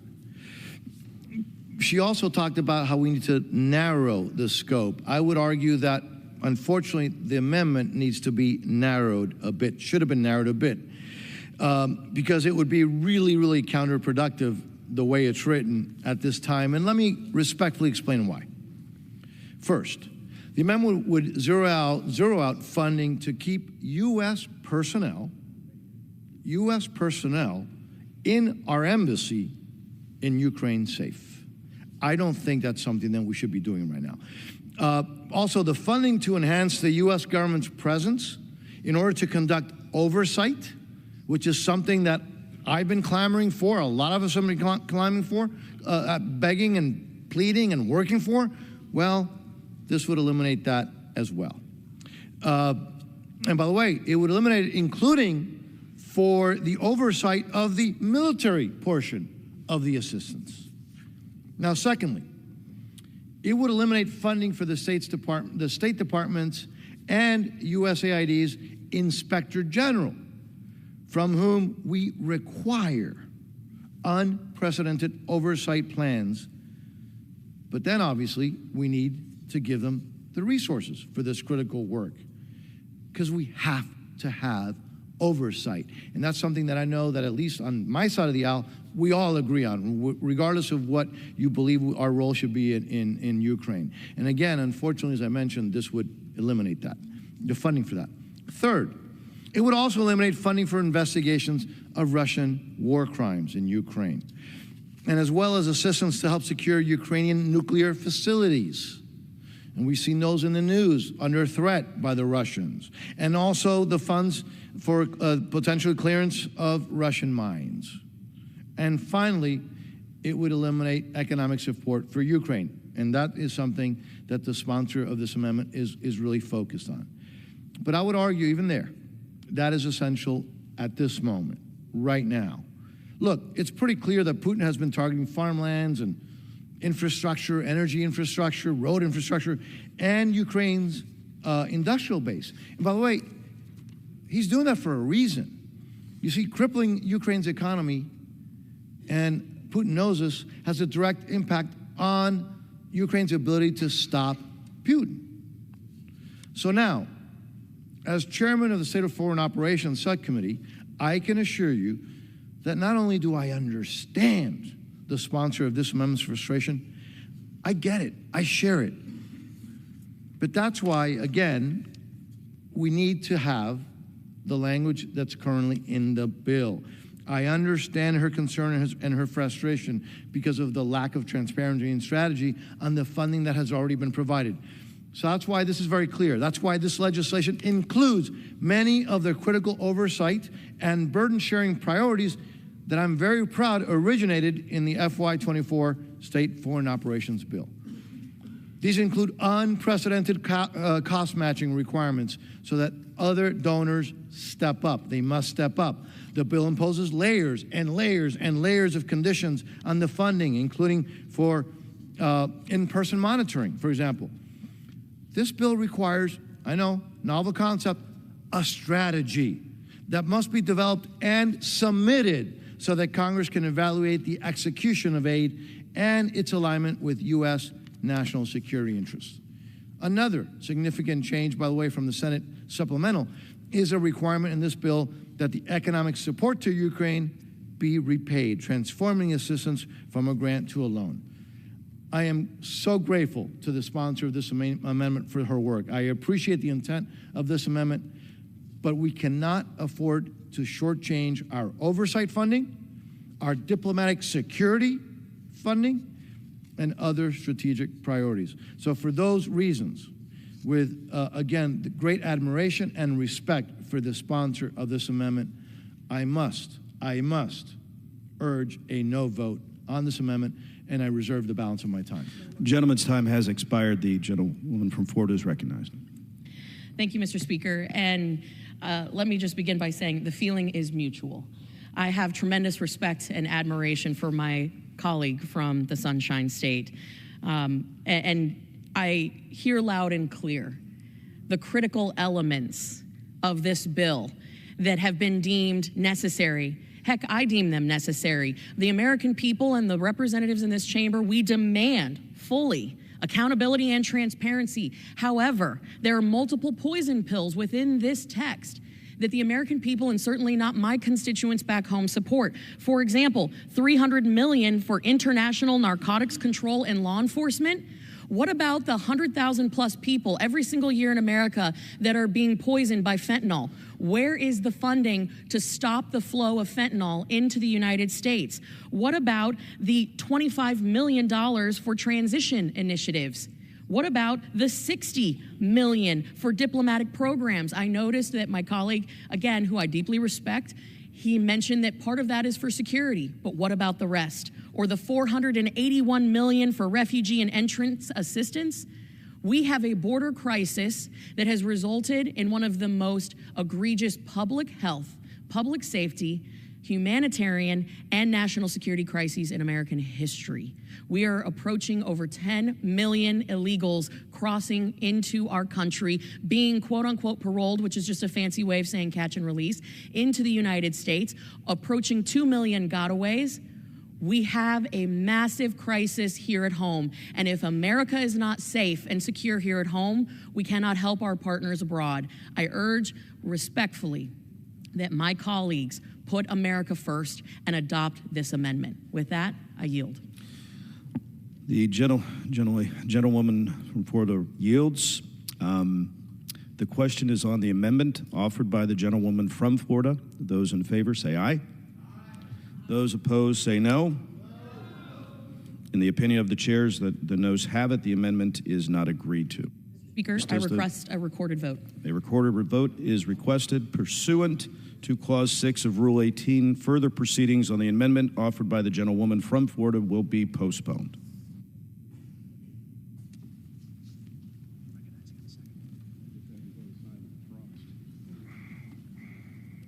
What purpose does the gentleman from Florida seek recognition? Thank you, Mr. Chairman. I now move that the committee do rise. The question is on the motion that the committee rise. All those in favor say aye. Aye. All those opposed say no. Very emotional. The ayes have it. The motion is adopted according to the committee rises.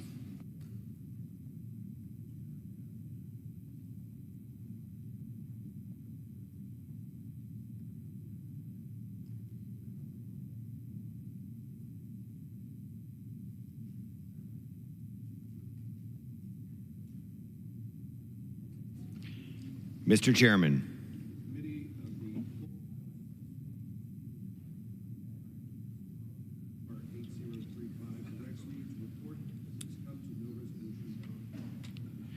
The chair of the Committee of the Whole House on the State of the Union reports that the committee has under consideration H.R. 8035 and has come to no resolution thereon.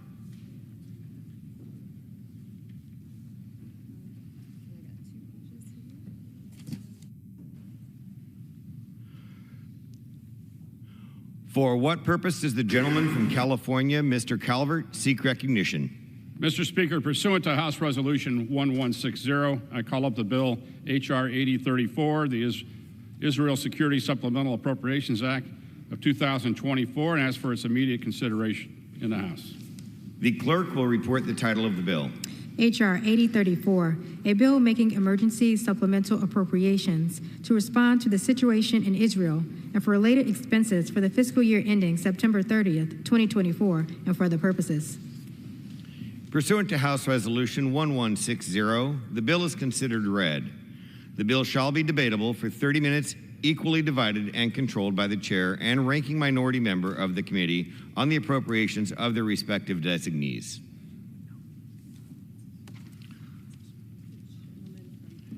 The gentleman from California, Mr. Calvert, and the gentlewoman from Connecticut, Ms. DeLauro, will each control 15 minutes. The chair recognizes the gentleman from California, Mr. Calvert. Mr. Speaker, I ask unanimous consent that all members have 5 legislative days to revise and extend their remarks and include extraneous material on the measure under consideration.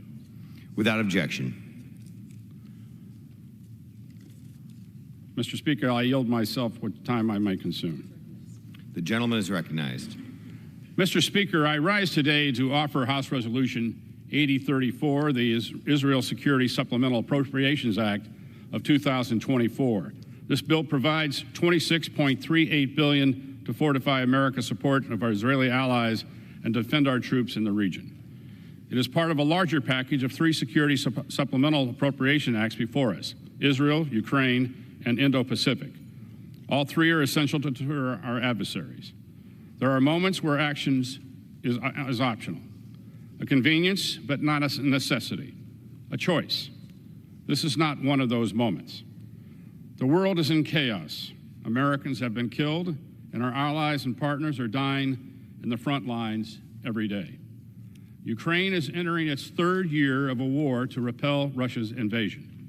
While forced to conserve their munitions and choose which areas to defend, Israel is avenging its innocent civilians who were murdered, raped, brutalized, and taken hostage by Hamas, while defending its country from a barrage of Iranian missiles. Indo-Pacific nations face China daily with strength and resolve, knowing they are likely next. The United States is not on the sidelines in these conflicts. Our service members are under daily attack in the Red Sea, standing watch along NATO's eastern flank, and being routinely challenged in the Indo-Pacific. 5 American flag-draped coffins have returned home in the past 6 months. When we go to war with what we have. There is no time to forge new alliances, no ability to reconstruct abandoned production lines, and no hidden reserve of fully trained and ready troops. This is the situation our allies and partners in Israel, Ukraine, Taiwan, and other Indo-Pacific nations face today. It is a situation ourselves may face sooner than we think. Xi, Putin, Khamenei, and terrorist leaders will not back down unless met with a strong and resolute America, standing shoulder to shoulder with our constellation of allies and partners. These bills provide the funding necessary to defeat and deter our enemies. While the bills carry the names of other countries, there is one nation that I care about above all others, and that is ours. These conflicts have exposed the fragility of our defense industrial base and dire need to invest in factories, shipyards, assembly lines that manufactures the instruments of our national defense.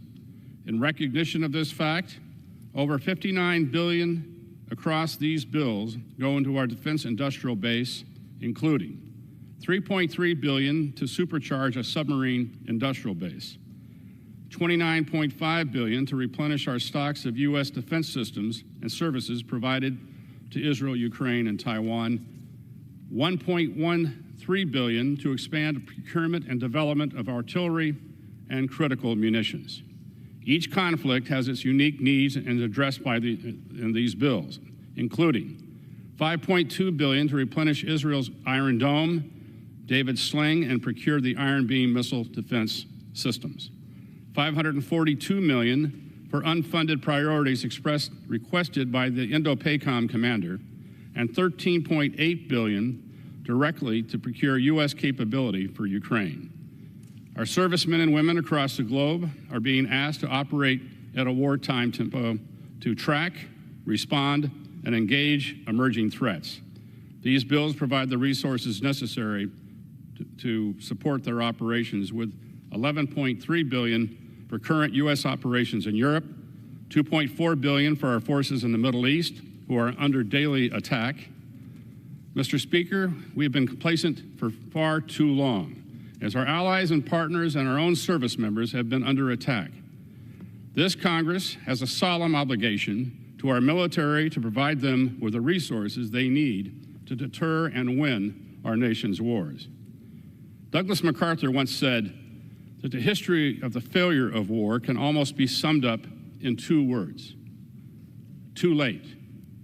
When conflict occurs, we will fight with what we have and who is with us.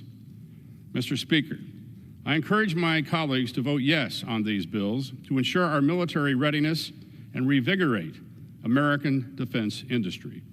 I encourage them to vote yes to reinforce our Israeli, Ukrainian, Taiwanese, and Indo-Pacific allies and partners.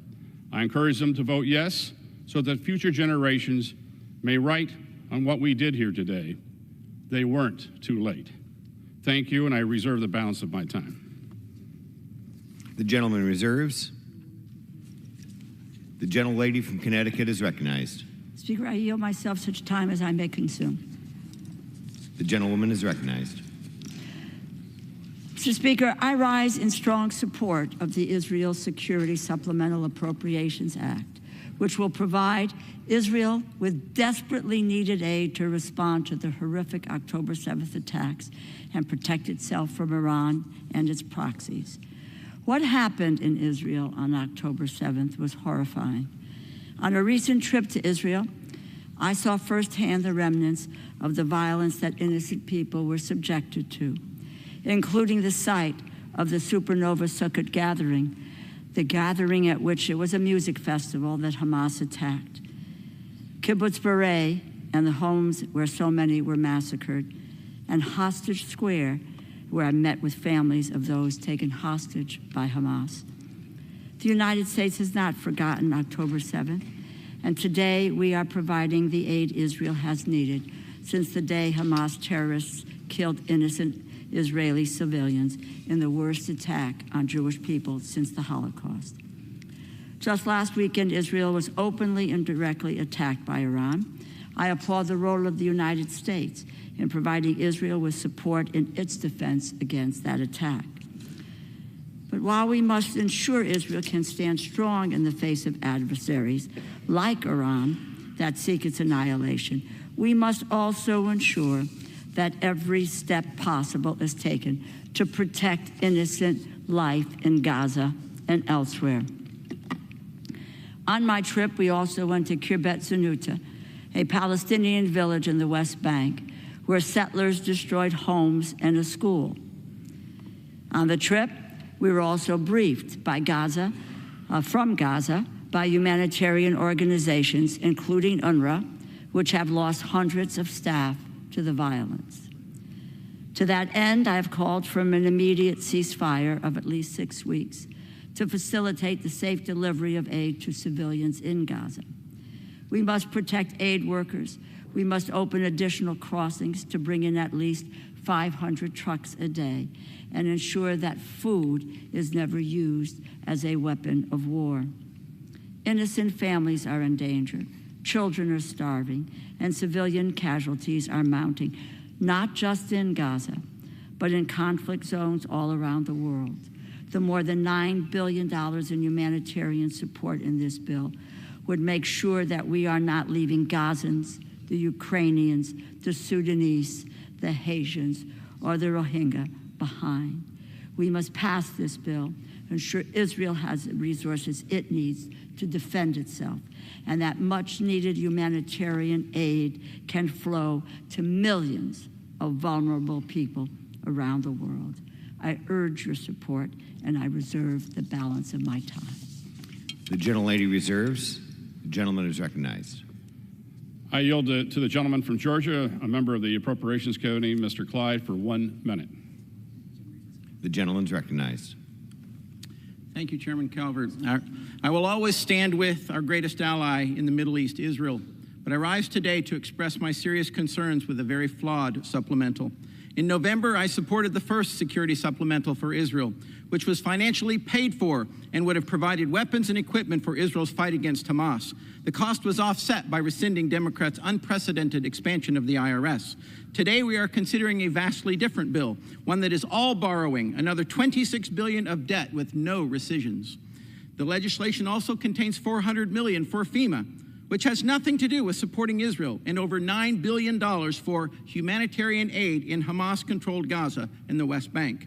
A report from the Heritage Foundation stated the problem with aid diversion to Hamas and other terrorist groups plagues all international and non-governmental aid organizations operating in Gaza. It is therefore highly likely that U.S. taxpayer-funded humanitarian aid to Gaza, including some of the aid in this bill, would again be diverted to support further Hamas attacks against Israel. Why would we knowingly be sending money into the hands of Hamas in any bill? If we are feeding Gaza, we are feeding Hamas. Therefore, with great disappointment, I cannot in good conscience vote for this bill, and I yield back. Gentleman yields back. Gentleman reserves. The gentlelady is recognized. Chairman, I yield 2 minutes to the gentleman from Maryland, the ranking member of the Financial Services and General Government Subcommittee, Mr. Hoyer.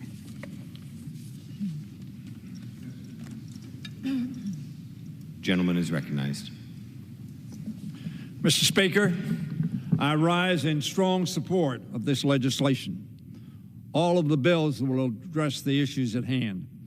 I often say it's never too late to do the right thing. But waiting to do the right thing comes at a cost. We saw that cost in Israel this week as an emboldened Iran launched an unprecedented attack on our ally. For Ukraine, the cost of our inaction is great, if incalculable. It is measured in Ukrainian lives, towns, and territory lost. For 478 days, Congress's words of support fell silent on Ukrainian ears, deafened by the air raid sirens, artillery bombardment, and drone attacks. Today, we act. We act to make it clear to the world that America is still the defender of freedom, democracy, and international law, as well as our friends and allies, and the opponent of tyrants and terrorists. I urge my colleagues to vote yes. Vote yes to show Jews in Israel, America, and beyond that this Congress will always stand up for their safety. Vote yes to demonstrate to Russia, Iran, North Korea, and every other authoritarian despot, and to terrorists everywhere, that America remains committed to defending freedom here and around the world. Let our bipartisan support for our allies endure in the months ahead, whether it's to secure the release of the 134 hostages held captive in Gaza or to turn back Putin's criminal invasion.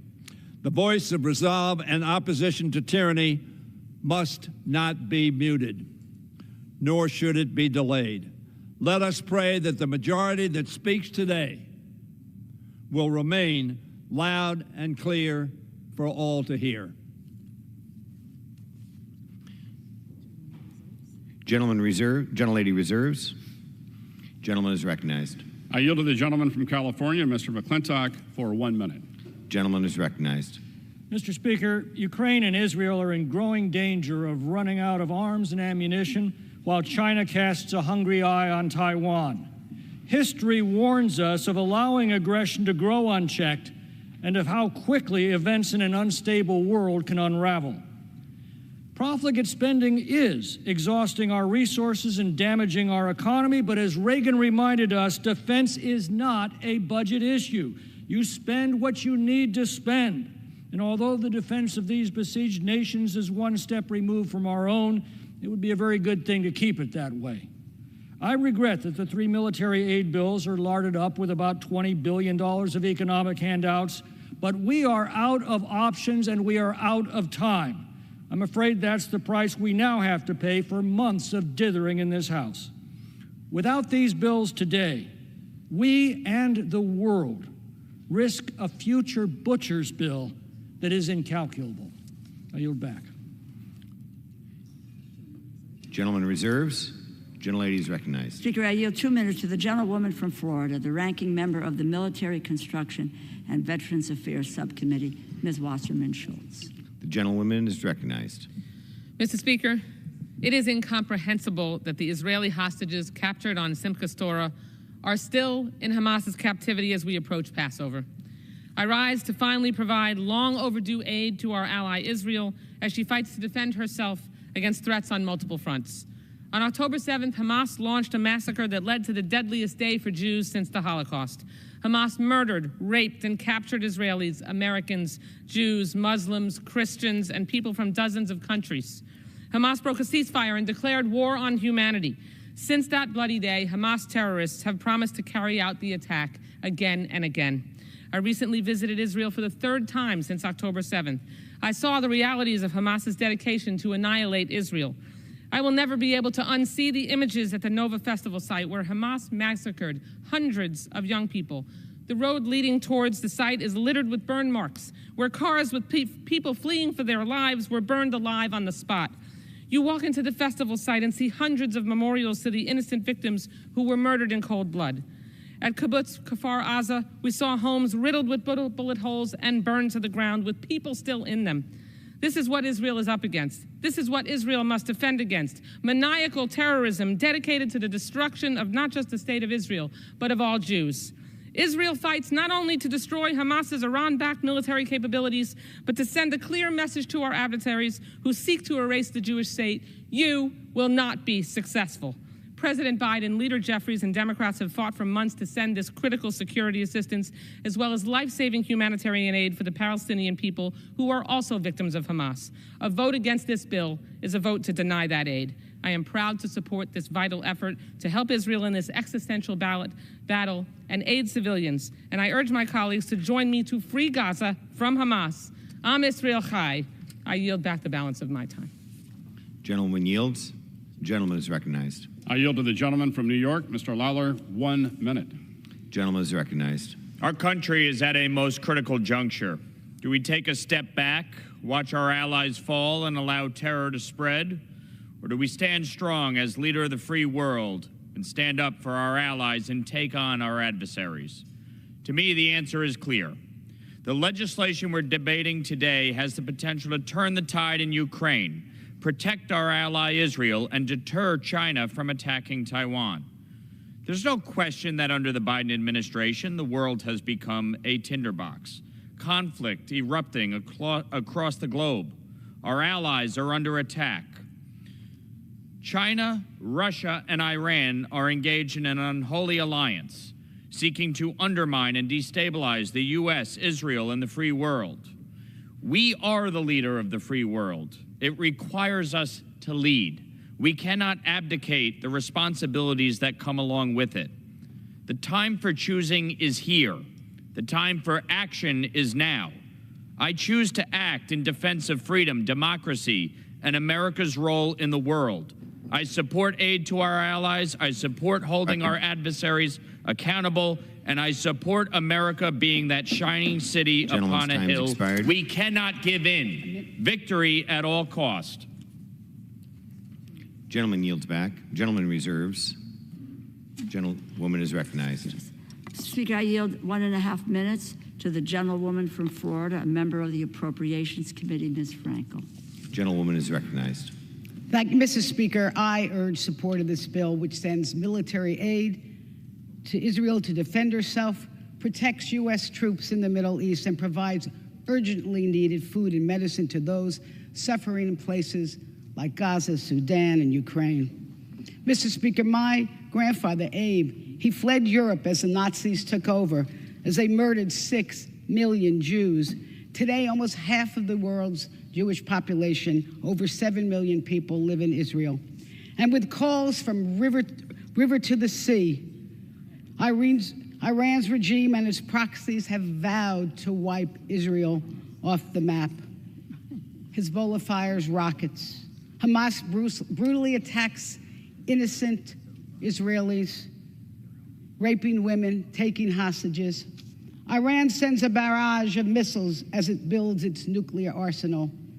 Make no mistake, Iran is not our friend either. Israel's security is our security. And without our attention and resources, the Middle East is at risk. The funding in this bill will save lives.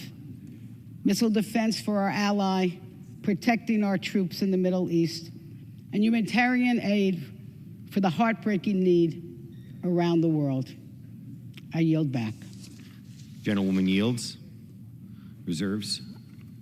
Gentleman is recognized. I yield to the gentleman from New Jersey, Mr. Kane, for 1 minute. The gentleman is recognized. Mr. Speaker, I rise today in support of H.R. 8034, the Israel Security Supplemental Appropriations Act of 2024. This bill will ensure that Israel has the means to defeat its enemies and defend its people. This legislation also sends a signal to Iran and its proxies that the United States stands with its allies and partners in the Middle East and will remain a strong presence in the region. I also urge support for the Ukraine Security Supplemental Appropriations Act of 2024. Ukraine is fighting for its life every day against Vladimir Putin. Make no mistake, Putin is seeking to extend his control over Central and Eastern Europe, including nations who are now NATO allies. He does not recognize national sovereignty or borders. Putin is deepening his ties with Iran. These bills are not only for the security and preservation of Israel, Ukraine, and Taiwan, but also for continued American leadership on the world stage. We must stand together with our allies Gentleman's and time partners has and expired. against authoritarianism. Thank you. Gentleman reserves. Gentlewoman is recognized. Mr. Speaker, I yield a minute and a half to the gentleman from Wisconsin, Mr. Pocan, a member of the Appropriations Committee. Gentleman is recognized. Thank you. Thank you, Mr. Speaker. Since the October 7th Hamas attack, Netanyahu has responded with a widespread bombing campaign in Gaza. Just yesterday, 9 Palestinians were killed in a strike near Rafah, 6 being children. This is anything but going after Hamas. This is a collective punishment of all Palestinians in Gaza. Netanyahu doesn't support the United States' position of a two-state solution for peace. He doesn't respect our urges not to invade Rafah. He disputes what the U.S. and aid groups have said about famine taking over in Gaza, and he launched an attack on Iran after the White House told him not to. If he's not listening to us on matters of international security, how can he be trusted with more offensive weapons? Enough is enough. I support the people of Israel who don't want bombs raining on them from extremists in Gaza, and the hostages must be released. And I also support the Palestinians who deserve human rights and dignity. 35,000 people have been killed and thousands more will die from starvation and disease. We are better than that. So is Israel. I'm not sure Netanyahu is, and that's why I can't vote to provide him with more unconditional offensive weapons today, and I urge a no vote, and I yield back. Gentleman reserves. Gentleman is recognized. Mr. Speaker, I yield 1 minute to the gentleman from New Jersey, Chris Smith. Thank you. Gentleman is recognized. Mr. Speaker, the United States must make absolutely clear in both word and deed, not just today, but every day, and without equivocation, that we stand with Israel. Both defensive weapon systems like Iron Dome and David's Sling and all necessary offensive military capabilities must be conveyed without delay to Israel for as long as it takes to defeat Hamas and to deter Iran, Hezbollah, and other radical Islamists. Of significance, H.R. 8034 prohibits aid to Gaza from flowing through UNRWA, an anti-Semitic, disgraceful organization that teaches Palestinian children to hate Jews, glorifies suicidal martyrdom, and the evisceration of Israel as a state. UNRWA is a child soldiers factory that we have funded for decades. 21 years ago, on this floor, 2003, I offered an amendment that passed the House to defund UNRWA. Senate never acted. A few weeks ago, the Foreign Affairs Committee passed my bill to stop UNRWA funding. This bill, and I thank my friends for bringing it to the floor, defunds UNRWA. Israel has an absolute right to exist, free from aggression Gentleman's time and has expired. anti-Semitic hate. Thank you. Gentleman reserves. Gentlewoman is recognized. Speaker, I yield 1 minute to the gentleman from California, Mr. Sherman. Gentleman is recognized.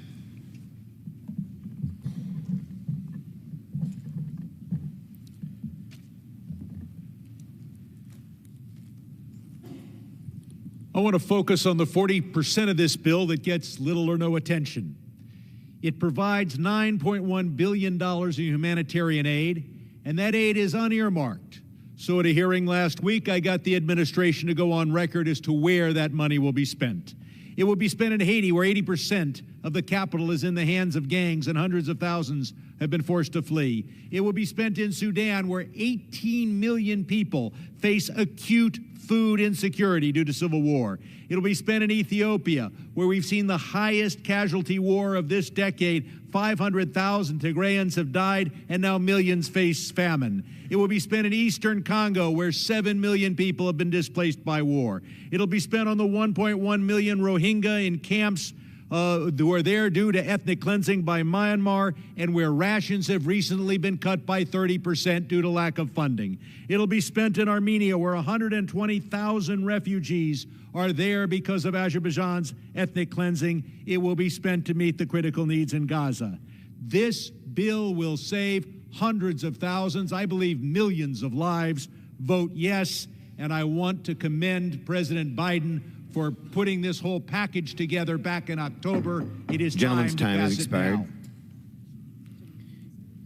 Gentleman reserves. Gentleman is recognized. Mr. Speaker, I yield 1 minute to the gentleman from Pennsylvania, Mr. Fitzpatrick. Gentleman is recognized. Speaker, several months ago, myself and a bipartisan group of my colleagues introduced a bill, the Defending Borders, Defending Democracies Act. And that is exactly what we will be voting on today. First, defending our border. our border from cartels. There are 200 kids a day dying in this country from fentanyl that we can trace directly back to that southern border. That's the equivalent of a Boeing 747 aircraft crashing every single day and nobody caring about it. We have to fix our southern border. Second, we're also going to defend the borders of our democratic allies, Israel, Taiwan, and Ukraine.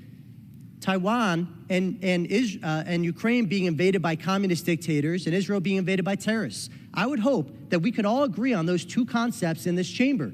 We have to defend borders and defend democracies. You can't pick and choose which one of those you're going to support. That is hypocritical and intellectually inconsistent. Defend our border and the borders of Ukraine, Israel, and Taiwan. All of the above, I'm proudly going to vote for all three. And I yield back. Gentleman reserves. Gentlewoman is recognized. Speaker, I yield 1 minute to the gentlewoman from North Carolina, Ms. Manning. Gentlewoman is recognized. Mr. Speaker, I rise in strong support of H.R. 8034, the long overdue aid to our democratic ally, Israel.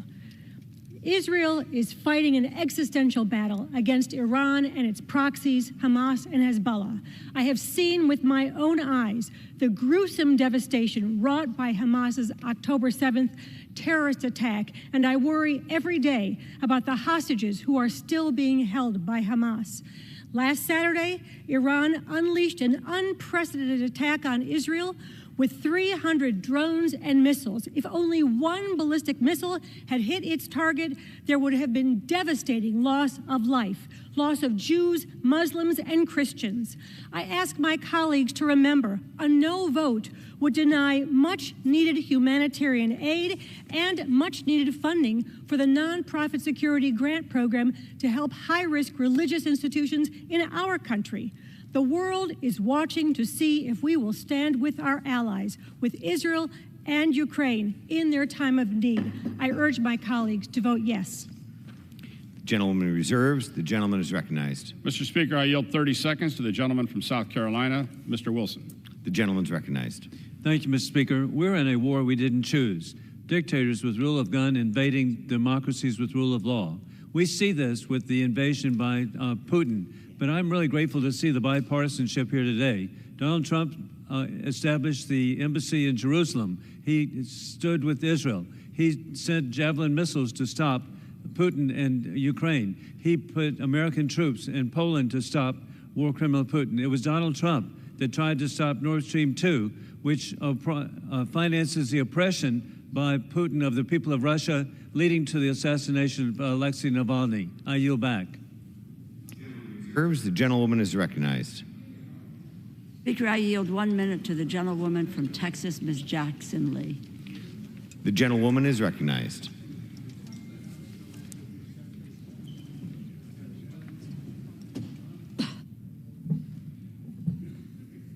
We can do no less than to come to this floor today to be the American and the America that we have known around the world to become.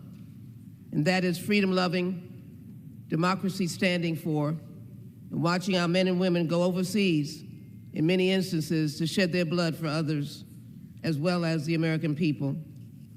I cannot stand by while babies die and while mothers lose their babies in their womb. Stand today so that we can make sure that the people in Gaza continuously have the funding that is necessary, that Israel and Ukraine can stand up for others while they're fighting for democracy. It is important to take note that our allies include Taiwan as well. It is important to note as well that the future of America is not yesterday, it is now. Are we going to accept the challenge of being the kind of nation that does not selfishly stand for itself, but fights for others? Let us vote for this funding bill because the war must end in peace and must end now. End the war now in peace. I yield back. Gentlewoman reserves. The gentleman is recognized. Mr. Speaker, may I inquire how much time is remaining? The gentleman has 3.5 minutes remaining. I reserve. The gentleman reserves. The gentlewoman is recognized. Reserve. The gentlewoman reserves. Is everybody prepared to close? like to ask the gentlelady, we have one more speaker remaining. Does the gentlelady have any speakers?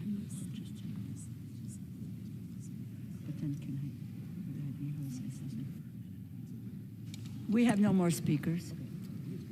I'll yield myself what time I may consume. The gentleman is recognized. I'm prepared to close, so I'm going. The gentleman reserves. I reserve the reserve. The gentlelady, one name more time. The gentlewoman is recognized. I am prepared to close, and I reserve. The gentlewoman is recognized to close. This bill provides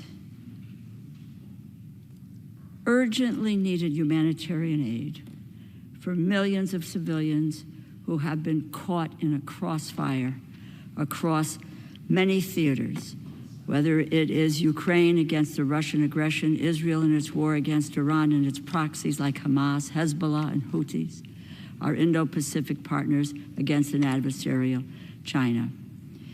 Innocent families today are in danger, children are starving, and civilian casualties are mounting in conflict zones all around the world.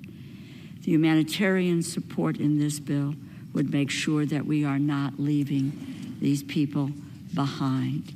It is, again, so critically important that the United States demonstrate its support for its allies, and it is leadership when it comes to humanitarian assistance wherever it is needed.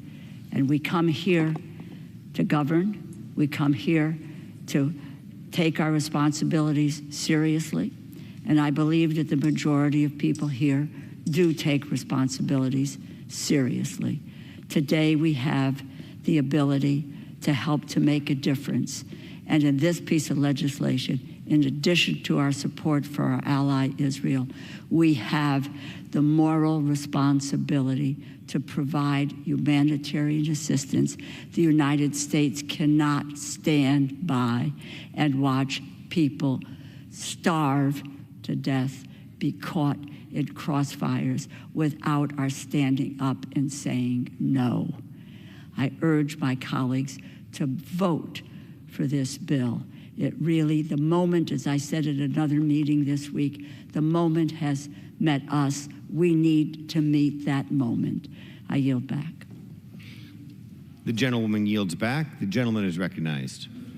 In closing, this is the day we're going to act. I urge all my colleagues to support these critical national security bills. They provide the resources necessary to bolster our military, reassure our allies and partners, and commit to stand against tyranny. The world is waiting, watching, and wanting America to lead. This is our moment. I yield the balance of my time. Gentleman yields.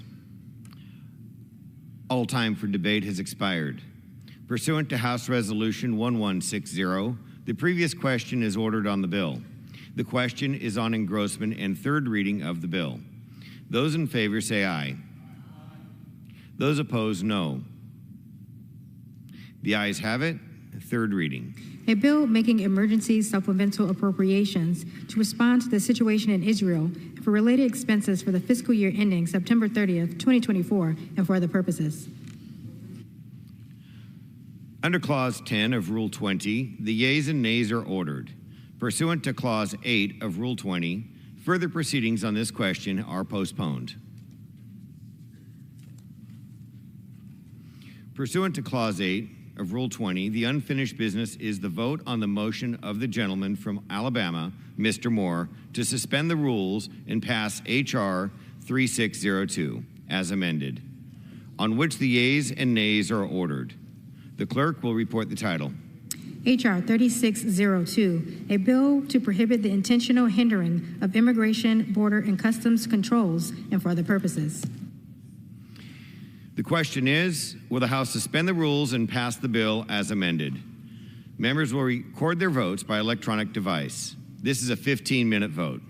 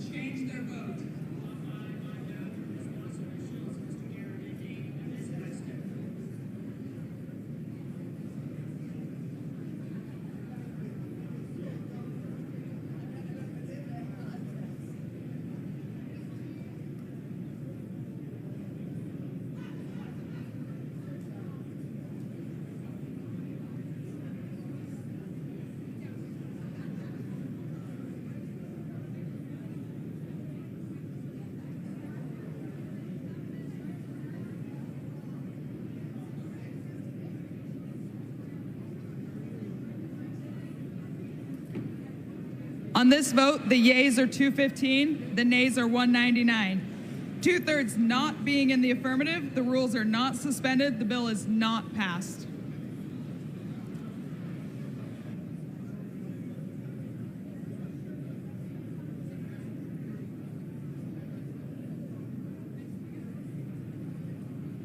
Pursuant to House Resolution 1160 and Rule 18, the chair declares the House in the Committee of the Whole on the State of the Union for the further consideration of H.R. 8038. Will the gentleman from New York, Mr. Molinaro, kindly take the chair?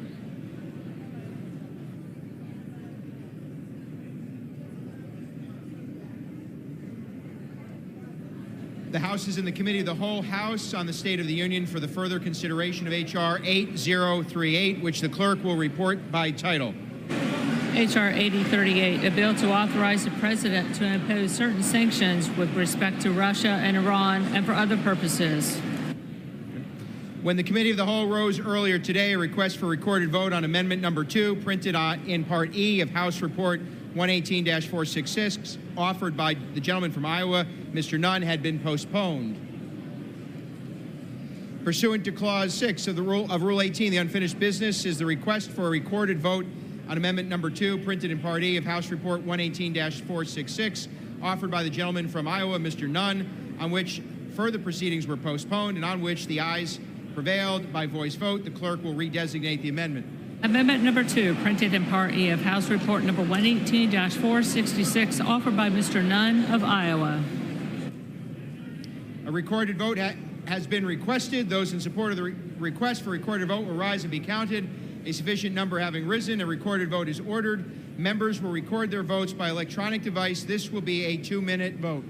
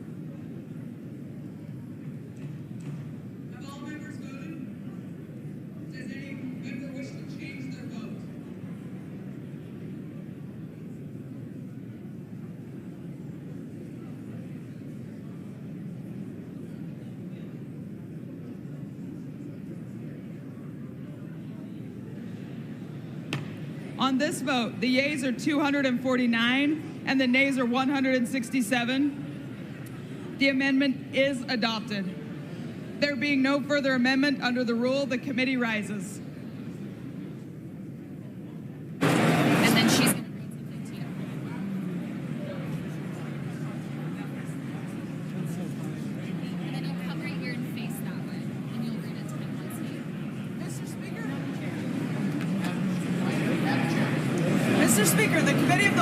on the State of the Union has had under consideration H.R. 8038, and pursuant to House Resolution 1160, I report the bill as amended by that resolution back to the House with sundry further amendments adopted in the Committee of the Whole.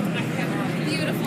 Thank you again. The Chair of the Committee of the Whole on the State of the Union reports that the committee has had under consideration the bill H.R. 8038 and pursuant to House Resolution 1160 reports the bill as amended pursuant to that resolution back to the House with sundry further amendments adopted in the Committee of the Whole. Under the rule, the previous question is ordered. Pursuant to House Resolution 1160, the question on adoption of the further amendments will be put en gross. The question is on adoption of the amendment. Those in favor, please say aye. Those opposed, please say no. The ayes have it. The amendments are adopted. The question is on the engrossment and third reading of the bill. Those in favor, please say aye. Those opposed, no. The ayes have it. Third reading. A bill to authorize the President to impose certain sanctions with respect to Russia and Iran and for other purposes. The question is on the passage of the bill. Those in favor, please say aye. Those opposed, say no. The ayes have it. The bill. For what purpose does the gentleman from Texas seek recognition? I request the yeas and the nays. The yeas and nays are requested. Those favoring a vote by the yeas and nays will rise. Sufficient number having risen, the yeas and nays are ordered. Members will record their votes by electronic device. Pursuant to Clause 9 of Rule 20, the chair will reduce to 5 minutes the minimum time for the electronic vote on the question of passage of H.R. 8036. This is a 5-minute vote.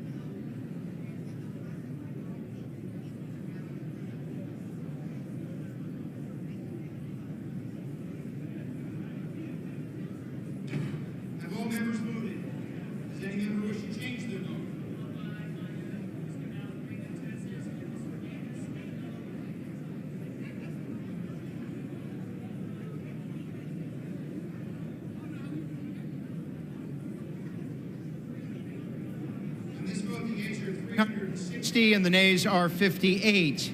The bill is passed without objection. A motion to reconsider is laid on the table.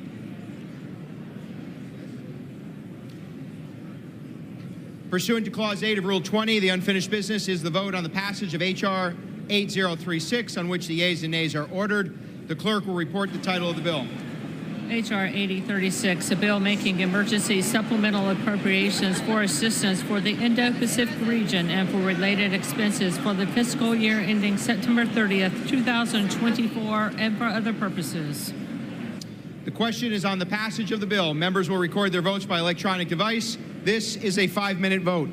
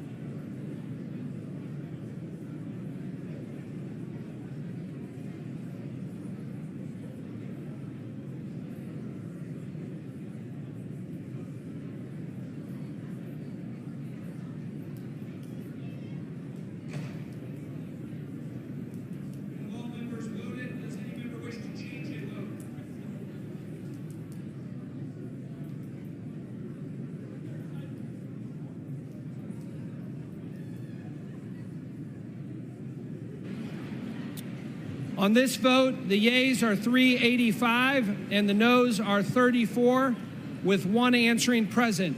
The bill is passed. Without objection, a motion to reconsider is laid on the table.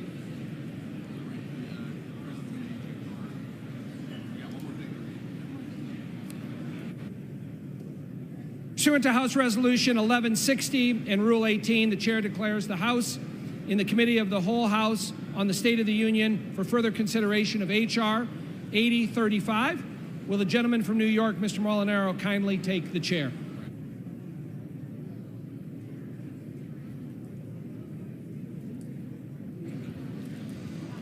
The House is in the Committee of the Whole on the State of the Union for the further consideration of H.R. 8035, which the clerk will report by title. A bill making emergency supplemental appropriations to respond to the situation in Ukraine and for related expenses for the fiscal year ending September 30th, 2024, and for other purposes.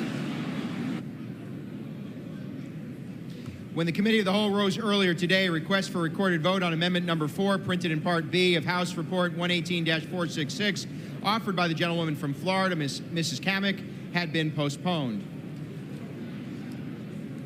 Pursuant to Clause 6 of Rule 18, proceedings will now resume on those amendments printed in Part B of House Report 118-466, on which further proceedings were postponed in the following order. Amendment Number 1 by Ms. Sparts of Indiana, Amendment Number 2 by Ms. Greene of Georgia, Amendment Number 4 by Ms. Camack of Florida. The chair will reduce to 2 minutes the minimum time for any electronic vote in this series.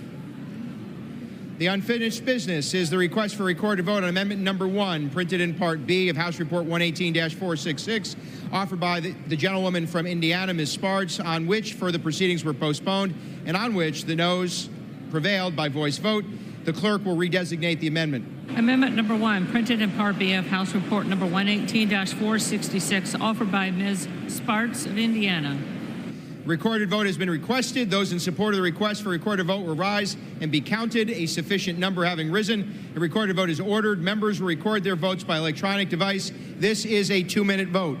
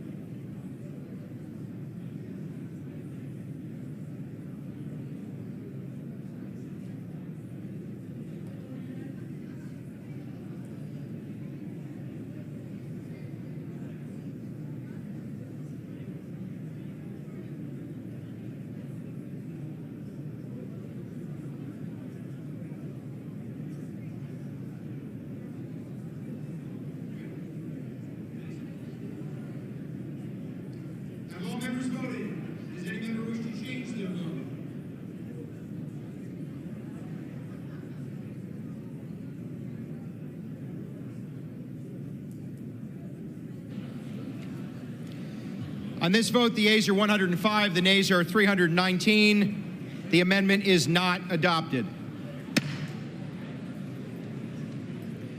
The unfinished business of the request for recorded vote on amendment number 2, printed in Part B of House Report 118-466, offered by the gentlewoman from Georgia, Ms. Greene, on which further proceedings were postponed and on which the noes prevailed by voice vote. The clerk will redesignate the amendment. Amendment number 2, printed in Part B of House Report number 118-466, offered by Ms. Greene of Georgia. A recorded vote has been requested. Those in support of the request for a recorded vote will rise and be counted. A sufficient number having risen, a recorded vote is ordered. Members will record their votes by electronic device. This is a 2-minute vote.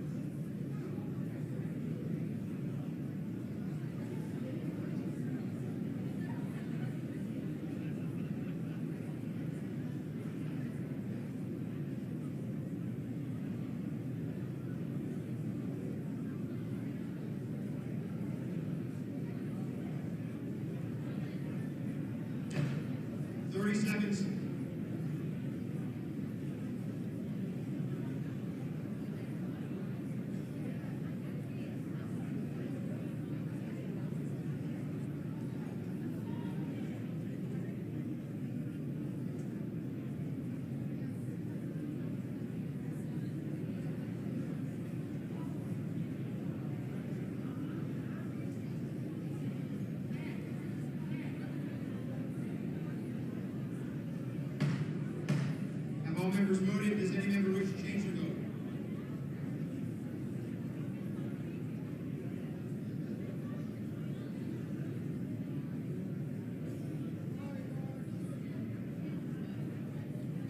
On this vote, the yeas are 71, the nays are 351. The amendment is not adopted.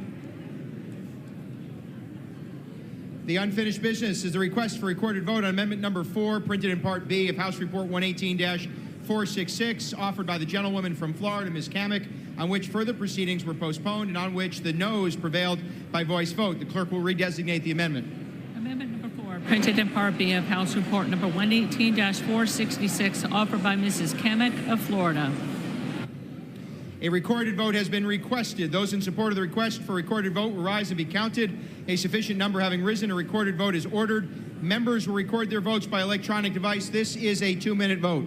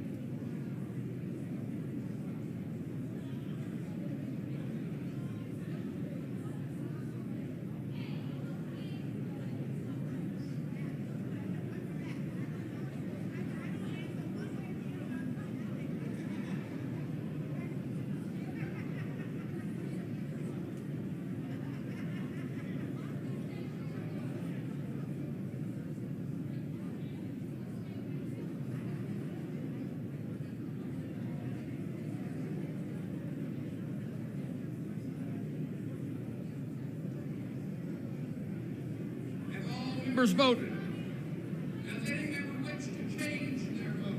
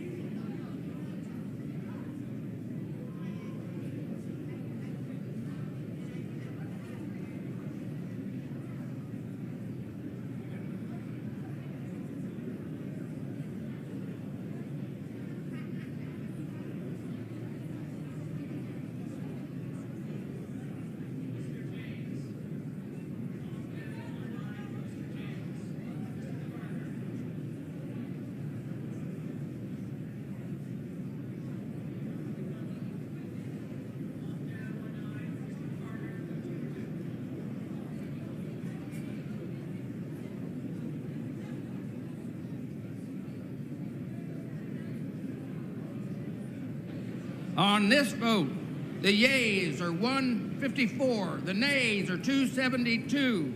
The amendment is not adopted.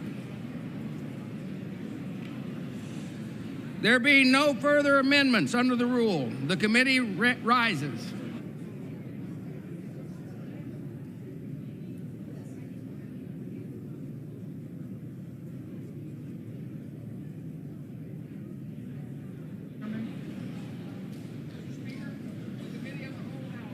State of the Union has had under consideration H.R. 8035, and pursuant to House Resolution 1160, I report the bill as amended by that resolution back to the House. Thank you, Mr.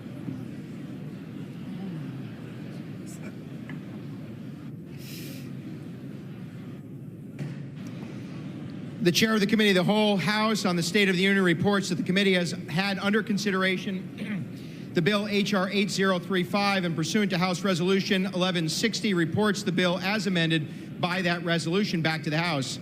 Under the rule, the previous question is ordered. The question is on the engrossment and third reading of the bill. Those in favor, please say aye. Those opposed, say no. The ayes have it. Third reading. Making emergency supplemental appropriations to respond to the situation in Ukraine and for related expenses for the fiscal year ending September 30th, 2024, and for other purposes. The House will be in order. The House will be in order. For what purpose does the gentleman from Texas seek recognition? The clerk will report the motion. Texas moves to recommit the bill H.R. 8035 to the Committee on Appropriations. Pursuant to Clause 2B of Rule 19, the previous question is ordered on the motion to recommit. The question is on the motion to recommit. Those in favor, please say aye. Aye. Those opposed, please say no. No. It's close. In the opinion of the chair, in the opinion of the chair, the noes have it. Mr. Speaker. The gentleman from Texas. Request a recorded vote.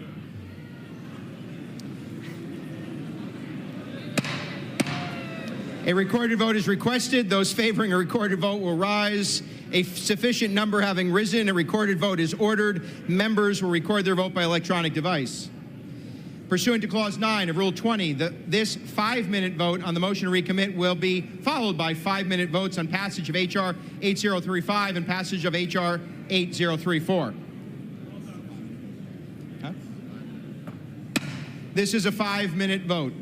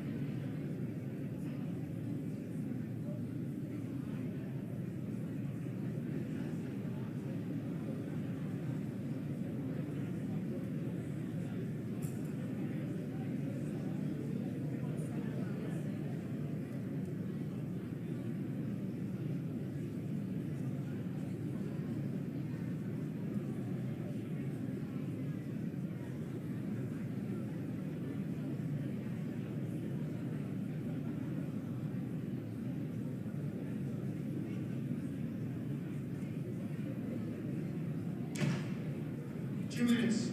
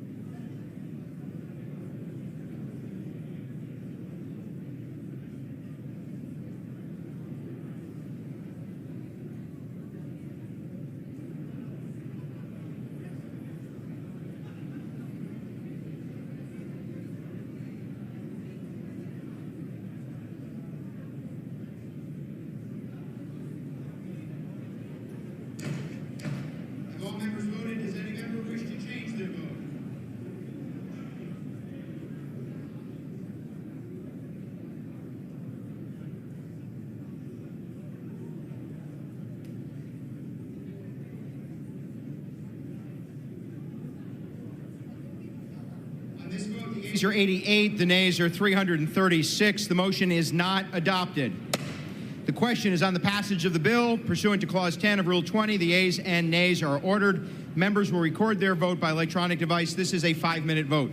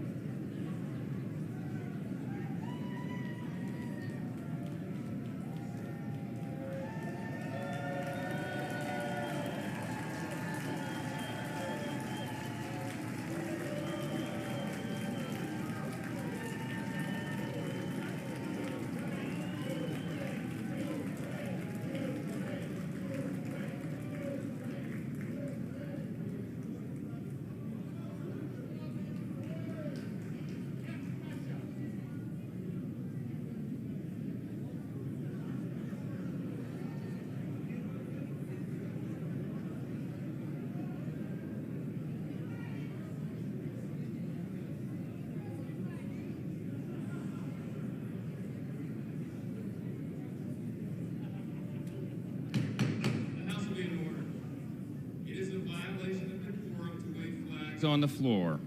The chair has said it, the speakers repeated it. Please put the flags down and resume the vote.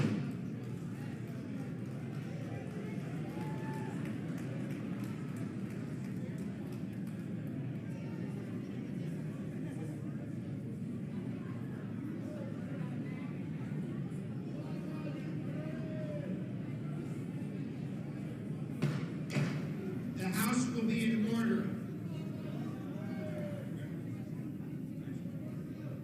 Have all members voted? Does any member wish to change your vote?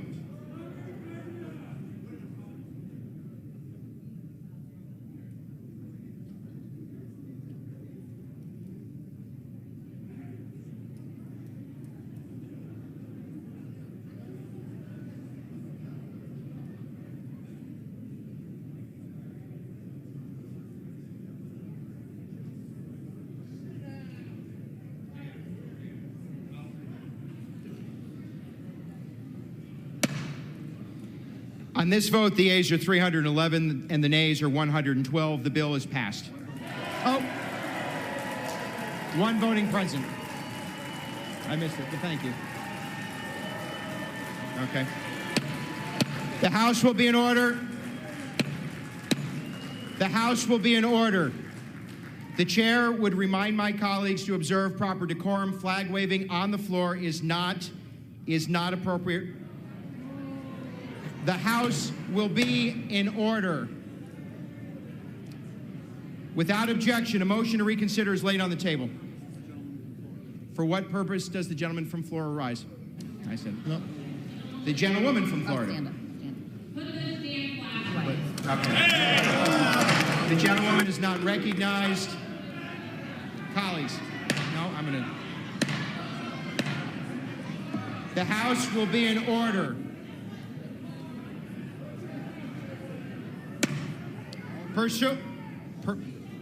All members are reminded to observe decorum. Speakers are reminded to address the chair. And pursuant to Clause 8 of Rule 20, the unfinished business is the vote on the passage of H.R. 8034, on which the yeas and nays are ordered. The clerk will report the title of the bill.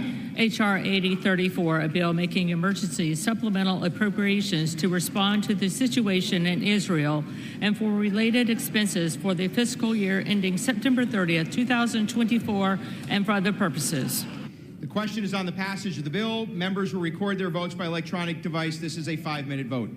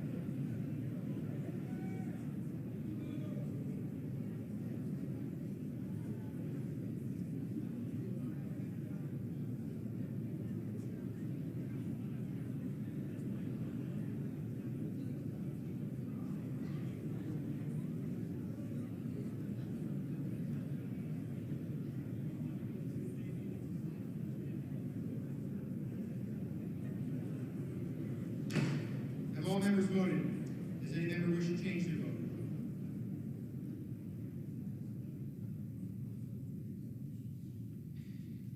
On this vote, the yeas are 366 and the nays are 58. The bill is passed. Without objection, a motion to reconsider is laid on the table. Pursuant to House Resolution 1160, the Senate amendment to H.R. 815 is considered as agreed to with the amendment described in Section 6 of House Resolution 1160. Chair lays before the House a communication. The Speaker's Rooms, Washington, D.C., April 20th, 2024. I hereby designate the period from Saturday, April 20th, 2024 through Sunday, April 28th, 2024 as a district work period under Section 3Z of House Resolution 5. Signed, Mike Johnson, Speaker of the House of Representatives.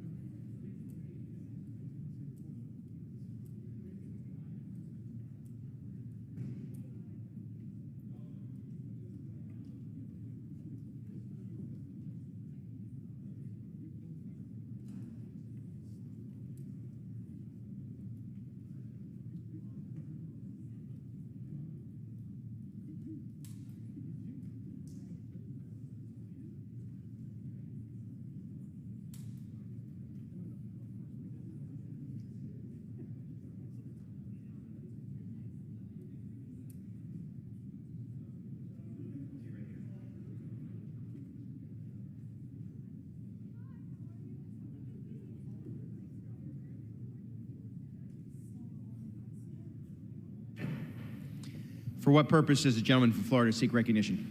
Mr. Speaker, I ask unanimous consent to take from the Speaker's table the concurrent resolution, S-Con Res 29, and ask for its immediate consideration in the House. The clerk will report the title of the concurrent resolution. Senate Concurrent Resolution 29, concurrent resolution providing for a correction in the enrollment of H.R. 815. Is there objection to the consideration of the concurrent resolution?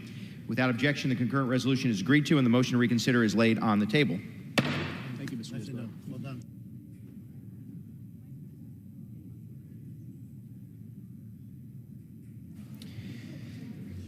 Pursuant to Section 3Z of House Resolution 5, the House stands adjourned until 10:30 a.m. on Tuesday, April 23, 2024.